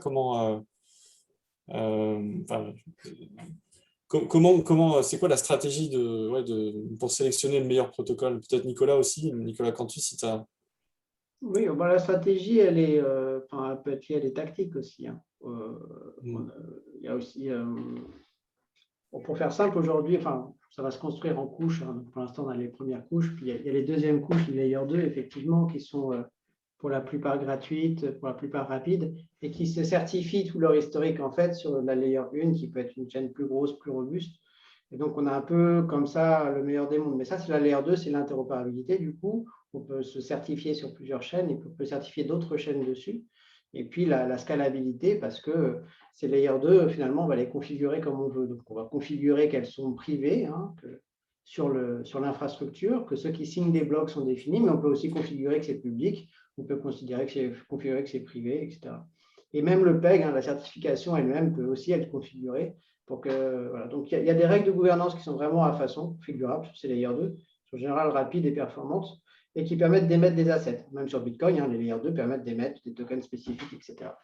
Donc, on a comme ça une couche de layer 2, puis il y a layer 3 qui arrive, qui sera probablement intéressante pour les NFT, c'est la validation et la définition des règles côté utilisateur. C'est-à-dire que plutôt que de les placer dans un smart contract, ce qu'on va faire, c'est que, donc ça c'est ce qui arrive, ce n'est pas encore tout à fait mature sur le layer 3, c'est que les utilisateurs vont définir leurs règles et conditions d'usage, de commission, d'ownership, de tout ce qu'on veut, et pourront les vérifier eux-mêmes depuis leur wallet. Et il y aura seulement quelques preuves de changement d'état qui seront poussées sur la chaîne. Et en fait, du coup, on n'aura pas des smart contracts qui sont figés dans leurs règles, mais les utilisateurs auront la liberté de faire évoluer les règles selon des règles de gouvernance qu'ils auront définies entre eux. Donc, c'est aussi là où on voit le côté gouvernance dont on a parlé et pas parlé parce que vous n'êtes pas forcément encore prêt et facile à designer. Mais clairement, ce sont des communautés décentralisées qui auront besoin d'outils de gouvernance et besoin d'une flexibilité dans les gouvernances qui arrivent tout juste. Après, tactiquement, aujourd'hui, les blockchains, c'est la guerre entre elles. Hein. Donc, pour une startup qui se monte, il y a des programmes de grant, typiquement. Faire une première POC, une démo, se rassurer sur la faisabilité, ça peut, si le projet est vraiment intéressant, s'il met en valeur vraiment des spécificités d'une technologie, cette technologie peut contribuer au financement ou au développement. Donc, tactiquement, il y a des choses à jouer aussi. Et puis après, effectivement, l'adoption, ça dépend du niveau d'innovation sur lequel on veut aller. Peut-être qu'on est une boîte dans l'art et qu'on n'est pas une deep tech et on va utiliser des choses qui sont déjà faites, déjà là, même si on ne pourra pas aller aussi loin que ce n'est pas forcément le sujet. Et puis, il y a des boîtes qui, eux, vont essayer de créer de la valeur technologique en même temps. Et donc, ils vont du coup prendre des protocoles sur lesquels ils vont pouvoir aller plus loin. Et donc, ils vont pouvoir, par exemple, faire des forks, c'est-à-dire ils prennent un protocole qui marche, mais qui a des limites ou des conditions qui ne collent pas bien à leur cas d'usage. Donc, ils vont le copier, ils vont modifier des choses, puis finalement, ça va devenir une branche particulière du protocole qui sera parfaitement adaptée à leur cas d'usage. Mais là, ça demande d'être beaucoup plus deep dans le protocole et puis d'engager des communautés de développeurs autour, etc. Donc, c'est vraiment un travail de fond. Mais par contre, qui va permettre d'écrire des algorithmes vraiment spécifiques au domaine avec des compositions de signatures et de transactions vraiment particulières. Donc, voilà, tout dépend du niveau de technologie de la société et jusqu'où elle sait aller, jusqu'où elle veut aller. Donc, c'est des stratégies. Après nous, sur le marché de l'art, par exemple, on a choisi Ethereum parce que c'est 80% du marché. C'est là où les investisseurs ont des Ethereum, on a un MetaMask, etc. Et c'est là où après, c'est vrai que c'est aussi, les frais de gaz sont très décriés aujourd'hui et du coup, c'est vrai qu'on peut aussi, avec les layers 2 et les évolutions qui arrivent, on espère que ça va. C'est probablement déjà le cas, je ne sais pas, mais c'est vrai que c'était assez décrié à cause des frais de gaz, ouais. Mais oui, mais du coup, c'est vrai que ça va pour Ethereum, ça fait du sens du coup de créer de l'art parce que les gens ils vont du coup vendre plus cher leurs œuvres. Oui, d'autres cas d'usage, effectivement, qui sont de la distribution, de l'interaction avec des fans, etc., où ça, du coup, il faut potentiellement créer des milliers de tokens. Mais effectivement, à l'heure actuelle, Ethereum n'est pas du tout adapté pour ce genre de cas d'usage. Hmm. Et Algorand, si tu peux en dire quelques mots, Damien? Pourquoi, quelle stratégie derrière et les bénéfices que tu en vois, peut-être aussi les lessons learned, pour ceux qui voudraient, pourquoi pas, utiliser Algorand ou d'autres protocoles. Démuté, je crois. Ah mince, en fait, j'ai une caméra qui m'empêche de voir la ligne du dessus. Je suis désolé, je te voyais même pas me dire que tu étais muté. Voilà, c'est bon. Mais t'arrêtes pas de me muter, je vais finir par être vexé aujourd'hui. Ça se fait automatiquement, t'inquiète. Non, je te taquine, t'inquiète pas. Non, mais Nicolas l'a bien résumé en fait. Je vais parler d'Algorand, mais nous, dans le choix du protocole, et c'est bien qu'on en parle parce qu'en fait, on a changé de protocole en cours de route en 2 ans et demi. Notre vision à nous, en fait, initialement, c'est qu'on choisit le protocole en fonction de notre cas d'usage. Et ensuite, on va déterminer des critères qui vont être, un, le grant, est-ce qu'il est prêt déjà à nous financer, à nous aider un petit peu parce que si on le choisit potentiellement, ce sera aussi au service de son protocole. Donc, ça se fait aujourd'hui. Donc, il y a des protocoles qui sont plus généreux que d'autres, c'est un fait. Deux, il y a cette notion quand même de communauté qui est hyper importante parce que si tu envoies tes devs au casse-pipe et qu'il y a une courbe d'apprentissage qui est beaucoup trop longue avec potentiellement une communauté qui n'est pas très active, engagée, etc., bah, ça peut causer d'autres problématiques de scalabilité. Donc ça, c'est important. Et enfin, il y a cette notion pricing, en fait, business. Hein, pour nous, elle est fondamentale. C'est pour ça que je l'ai mis un petit peu en avant dans la présentation, même si je suis passé rapidement dessus. Mais pour nous, c'est fondamental que le coût aujourd'hui d'usage de la technologie ne soit pas juste délirant. Nous, aujourd'hui, on construit un business model pour construire une entreprise rentable. Il ne faut pas se voiler la face non plus. Là, on est dans un sujet plutôt très tech, autour des NFT, etc. Mais la technologie, en fait, elle doit être à notre service. Ça ne doit pas être le Bien contraire. sûr, Donc, nous, c'est notre au vision, service du c'est vraiment la business, ouais, technologie. tout à fait.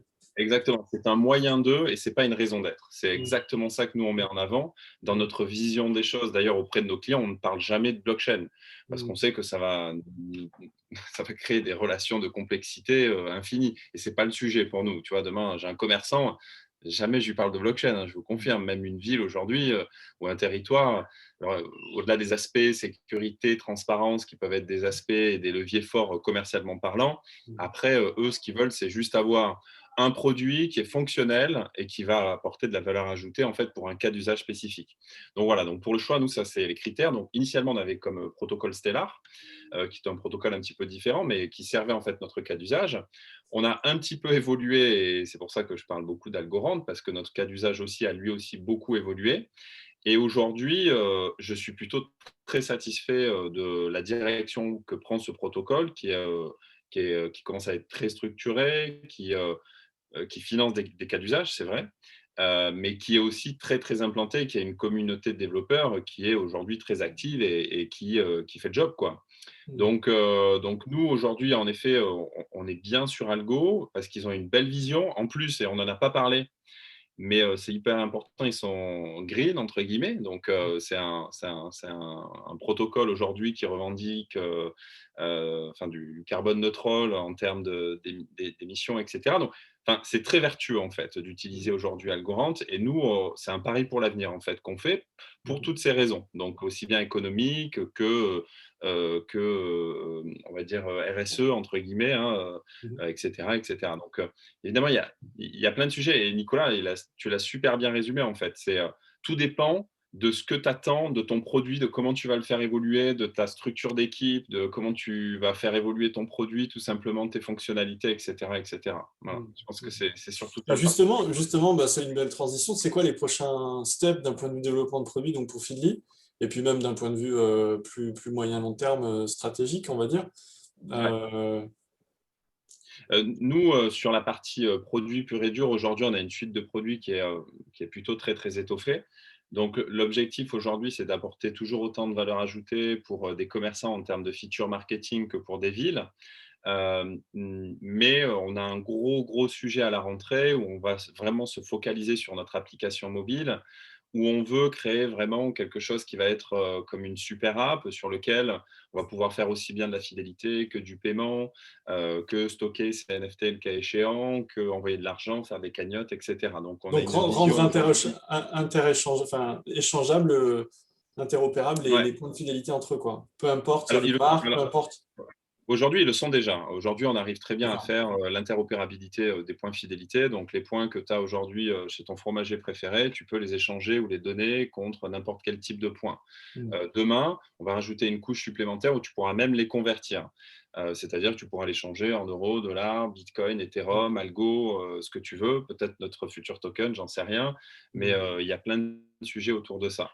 La valeur ajoutée qu'on apporte, c'est qu'on donne en fait le pouvoir aux marques de pouvoir contrôler cette interopérabilité au travers d'outils d'évaluation, notamment de leurs tokens. Quand les règles, quand un utilisateur ne respecte pas les règles, entre guillemets. C'est-à-dire que, je te donne l'exemple, je suis une ville, j'ai créé une monnaie locale ou un token de ville, par exemple, qui est fait pour redynamiser le commerce local. Bon, ok, tu vas utiliser les tokens pour aller dépenser dans des commerçants de ta ville, par exemple. Sauf qu'à un moment donné, imaginons que tu es un touriste, par exemple, et tu veux reconvertir ces points-là pour les transformer en argent parce que tu veux les dépenser en argent fiat, hein, en fait. Bah, du coup, on a une mécanique en fait, de dévaluation qui est maîtrisée aujourd'hui par la ville lors du paramétrage de la monnaie, tout simplement. Donc, la conversion, elle est très simple, mais elle implique une dévaluation. Voilà, pour tous ceux qui souhaitent sortir de l'écosystème en tant que tel, tout simplement. Voilà. Donc voilà, nous sur la roadmap, c'est assez simple. Hein. Donc on a notre application, nouvelle application qui va sortir du coup d'ici septembre, pardon, avec plein de belles choses d'ici la fin d'année. Et je ne peux pas forcément tout dévoiler aujourd'hui, mais avec plaisir pour en reparler du coup. À la rentrée, voilà, pour la rentrée Exactement. 2024, par exemple. On fera revenir Feedly, exactement. Pas de Voilà. souci. Et évidemment, toujours apporter voilà, la force de notre outil aujourd'hui, c'est le multicouche technologique qu'on a créé avec différents niveaux d'autorisation d'une ville, d'un territoire, à la valeur ajoutée pour un commerçant, wallet, etc. Donc voilà, nous, c'est notre suite aujourd'hui logicielle qui a une vraie valeur ajoutée et une vraie puissance de frappe, en fait. Ouais, tout à fait. Voilà. Super. Et Florent, peut-être sur la suite de Stendhal, donc tu parlais de Paris, donc c'était plutôt court terme, une chasse au trésor à Paris. Ouais. Et est-ce que tu peux nous en dire plus un peu sur… Ben, nous, clairement, en fait, une fois qu'on a la marketplace de sortie, ça va être développer des outils que les utilisateurs nous demandent et vraiment qu'on ait une palette d'outils complète pour les street artistes.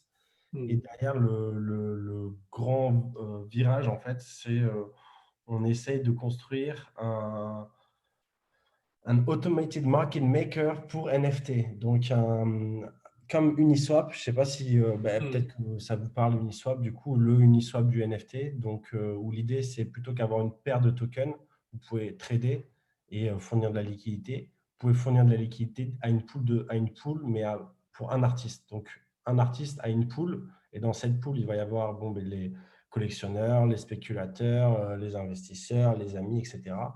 et qui vont automatiquement racheter les NFT qui sont créés par cette adresse, par l'adresse de l'artiste. Et donc ça, en fait, le potentiel, si on arrive à mettre ça en place, c'est justement de connecter la finance décentralisée et les NFT, parce que du coup, on aura un prix, déjà, on aura un meilleur mécanisme de découverte de prix, et ensuite, on aura une liquidité instantanée sur les NFT. Et donc ça permet de connecter, de servir des NFT comme collatéral, et de dire, bon, mais voilà, si j'ai un Beeple qui vaut hyper cher, je peux faire un emprunt avec ce NFT en collatéral et voilà, si jamais je ne rembourse pas l'emprunt, c'est les gens qui vont se partager, qui vont pouvoir se partager le NFT, enfin, ou du moins les garanties que fournissent les NFT. Et donc ça, c'est un gros chantier qu'on a commencé il y a quelques semaines, mais qui nous anime pas mal. Et voilà, c'est pour ça qu'on a aussi la distinction Stendhal Wakanda. Wakanda, c'est vraiment dédié au street art. D'accord. Et Stendhal est plus générique. C'est vraiment Web3 pour le monde de l'art. D'accord, ok. Ça marche. Et du coup, j'avais posté juste un petit truc. Quand tu penses qu'on a brûlé une œuvre de Banksy pour en faire un NFT, Je trouve quand même que parfois on va trop loin en vrai. Mais après, ça reste mon point de vue, quoi. Ben, écoute, c'était une expérimentation avant tout, quoi. Et le fait qu'il a fait un petit profit de 80 000 $, je crois, ou même plus. Non, il avait acheté 90 000 $, il me semble, et il a revendu pour près de 300. Donc, il s'est fait quand même 200 000 $, ou approximativement de profit en brûlant un Banksy. Donc, c'est clair que c'est provocateur, mais parfois, il ne faut pas essayer de comprendre le monde de l'art quand on voit qu'il y a des gens qui achètent 80 000 $, une banane scotchée sur un tableau. Ouais, Dit ouais, que ouais, c'est clairement ça. voilà, Ouais. c'est juste, c'est aussi le but de l'art de repousser les limites, quoi. Donc, le NFT ne fait pas exception. Exactement. Ouais, je voulais juste peut-être pousser rapidement dans les startups qu'on accompagne, 2-3 projets sympas. Danae, donc on développe pour eux sur Hedera Hgraph, une plateforme qui va permettre aux galeries en fait d'exposer les artistes et puis d'avoir une consommation de l'art à l'usage et puis une rémunération aussi des artistes, des galeries et tout ça à travers le NFT. Donc voilà, tout ce qu'on a dit là. Et puis, on a quelques autres projets d'NFT plutôt industriels sur les bilans carbone, justement avec des bitcoins qui sont minés à empreinte négative. Et du coup, en achetant des bitcoins, on achète aussi des crédits carbone. Et ça, c'est sur une layer 2 qui est. Donc, en fait, on a les deux avantages, quoi. Layer 1, c'est la sécurité maximum pour l'empreinte pour la dépense d'énergie minimale. Hein. Si vous cherchez le meilleur ratio, vous le trouvez sur Bitcoin Layer 1. Puis en Bitcoin Layer 2, en une transaction, on en mine 100 000, donc il n'y a pas de coût Bitcoin sur les layers 2. En fait, il n'y a pas de coût environnemental à l'utiliser. Et donc là-dessus, on émet les jetons du crédit carbone. Voilà, donc on utilise les deux mécanismes. Mais en Et termes de sécurité, qui est peut-être moins sur la layer 2, qui est moins bien sûr, importante. le compromis est sur la sécurité. Après, il y a tout un certain nombre d'autres mécanismes qui Oui. sont moins natifs et à développer dessus. Mais du coup, on a des NFT qui représentent le certificat d'origine verte, etc., avec exactement tant de bitcoins ont permis de capter, parce que c'est vraiment une empreinte négative, X kilogrammes de carbone. Donc ce certificat-là est vendu avec les bitcoins, etc. Et donc, on a les deux jetons, le NFT. Voilà. Donc, on a Danae en ce moment sur les NFT, et puis on a aussi ce projet carbone qui démarre. Et puis voilà, après, on a des choses dans la santé où on fait le carnet de santé sur blockchain. Donc là, on a aussi des NFT, mais c'est plus classique. Et là, c'est aussi sur une layer de Bitcoin pour le coup. Voilà. Mais donc, comme ça, on a parlé un peu de toutes les technos aujourd'hui. Et c'est vrai qu'il y a des rares, je n'aurais pas forcément parlé, mais c'est une piste à regarder pour ceux qui sont curieux. Mais c'est un vrai enjeu, du coup, là, pour les protocoles, hein, sur l'avenir des protocoles, entre guillemets, c'est vraiment l'empreinte carbone. Bon, je ne sais pas si c'est l'effet Tesla, entre guillemets, l'effet Elon, où d'un coup, on s'est mis à beaucoup en parler. Mais en tous les cas, c'est un vrai enjeu pour demain, pour les marques, enfin, pour tous celles et ceux qui vont utiliser la techno en tant que telle. C'est un vrai enjeu, je pense, pour les protocoles de demain, quoi, cette empreinte carbone, en vrai. Oui, puis je trouve que c'est bien parce que ça replace Bitcoin dans quelque chose qui était mal conçu aussi, et ça permet de faire tomber des mythes, quoi. Et effectivement, ce qui compte, c'est pas la consommation, c'est quelle est l'empreinte carbone, enfin, quelle est la radiation. Et quand aujourd'hui, on voit que ça finance essentiellement des centrales vertes, parce que quand tu as 15% du coût qui est l'énergie, on n'achète pas du charbon qui est plus cher, qui est taxé, qui est machin, on achète de l'énergie verte, en fait. Et typiquement au Salvador, hein, qui est devenu le premier pays à prendre Bitcoin en monnaie légale, et leur Bitcoin, ils les minent grâce à la géothermie d'un volcan. Donc, ils ont 95 mégawatts à zéro carbone. Même, il y a des systèmes qui permettent de récupérer le carbone via des algues et des bulles, parce que c'est sur un grand lac. Enfin, bref. Et du coup, c'est bien, parce qu'il y a l'économie d'un pays qui tourne sur l'énergie. D'ailleurs, le travail, l'énergie, la valeur, tout ça, c'est aussi une thématique intéressante. Et c'est bien de replacer la valeur sur quelque chose qui dépense de l'énergie, et pas juste du spéculation qui ne dépense pas grand-chose d'énergie. Et je pense que du coup, voilà, mais les artistes sont assez proches de ces sujets-là. On l'a vu, hein, on a pas mal d'artistes qui sont venus justement sur des sujets NFT avec comme préoccupation importante régulièrement qui était le coût environnemental. Donc Et voilà.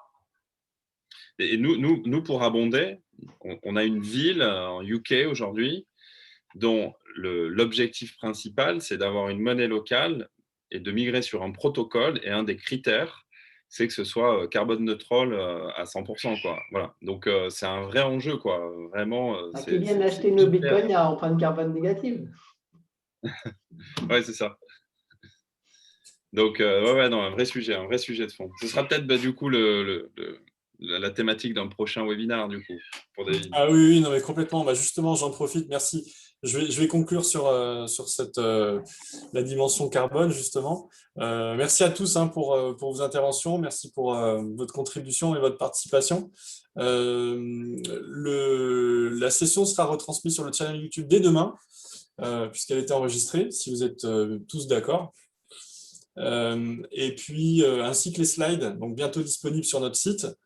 Donc, on vous communiquera tout ça. Et puis, pour l'instant, on n'a pas encore de date de définie, mais les prochaines sessions seront à la fois donc, il y aura une session sur le carbone, une session sur la santé, et puis une session sur l'immobilier également. Donc, des sujets qu'on a un peu frôlés, bien sûr, par l'intermédiaire du NFT aujourd'hui. Mais voilà, en tout cas, encore merci. C'était très riche, très intéressant. Et puis, je vous souhaite une très bonne soirée et puis à bientôt. Bonne soirée.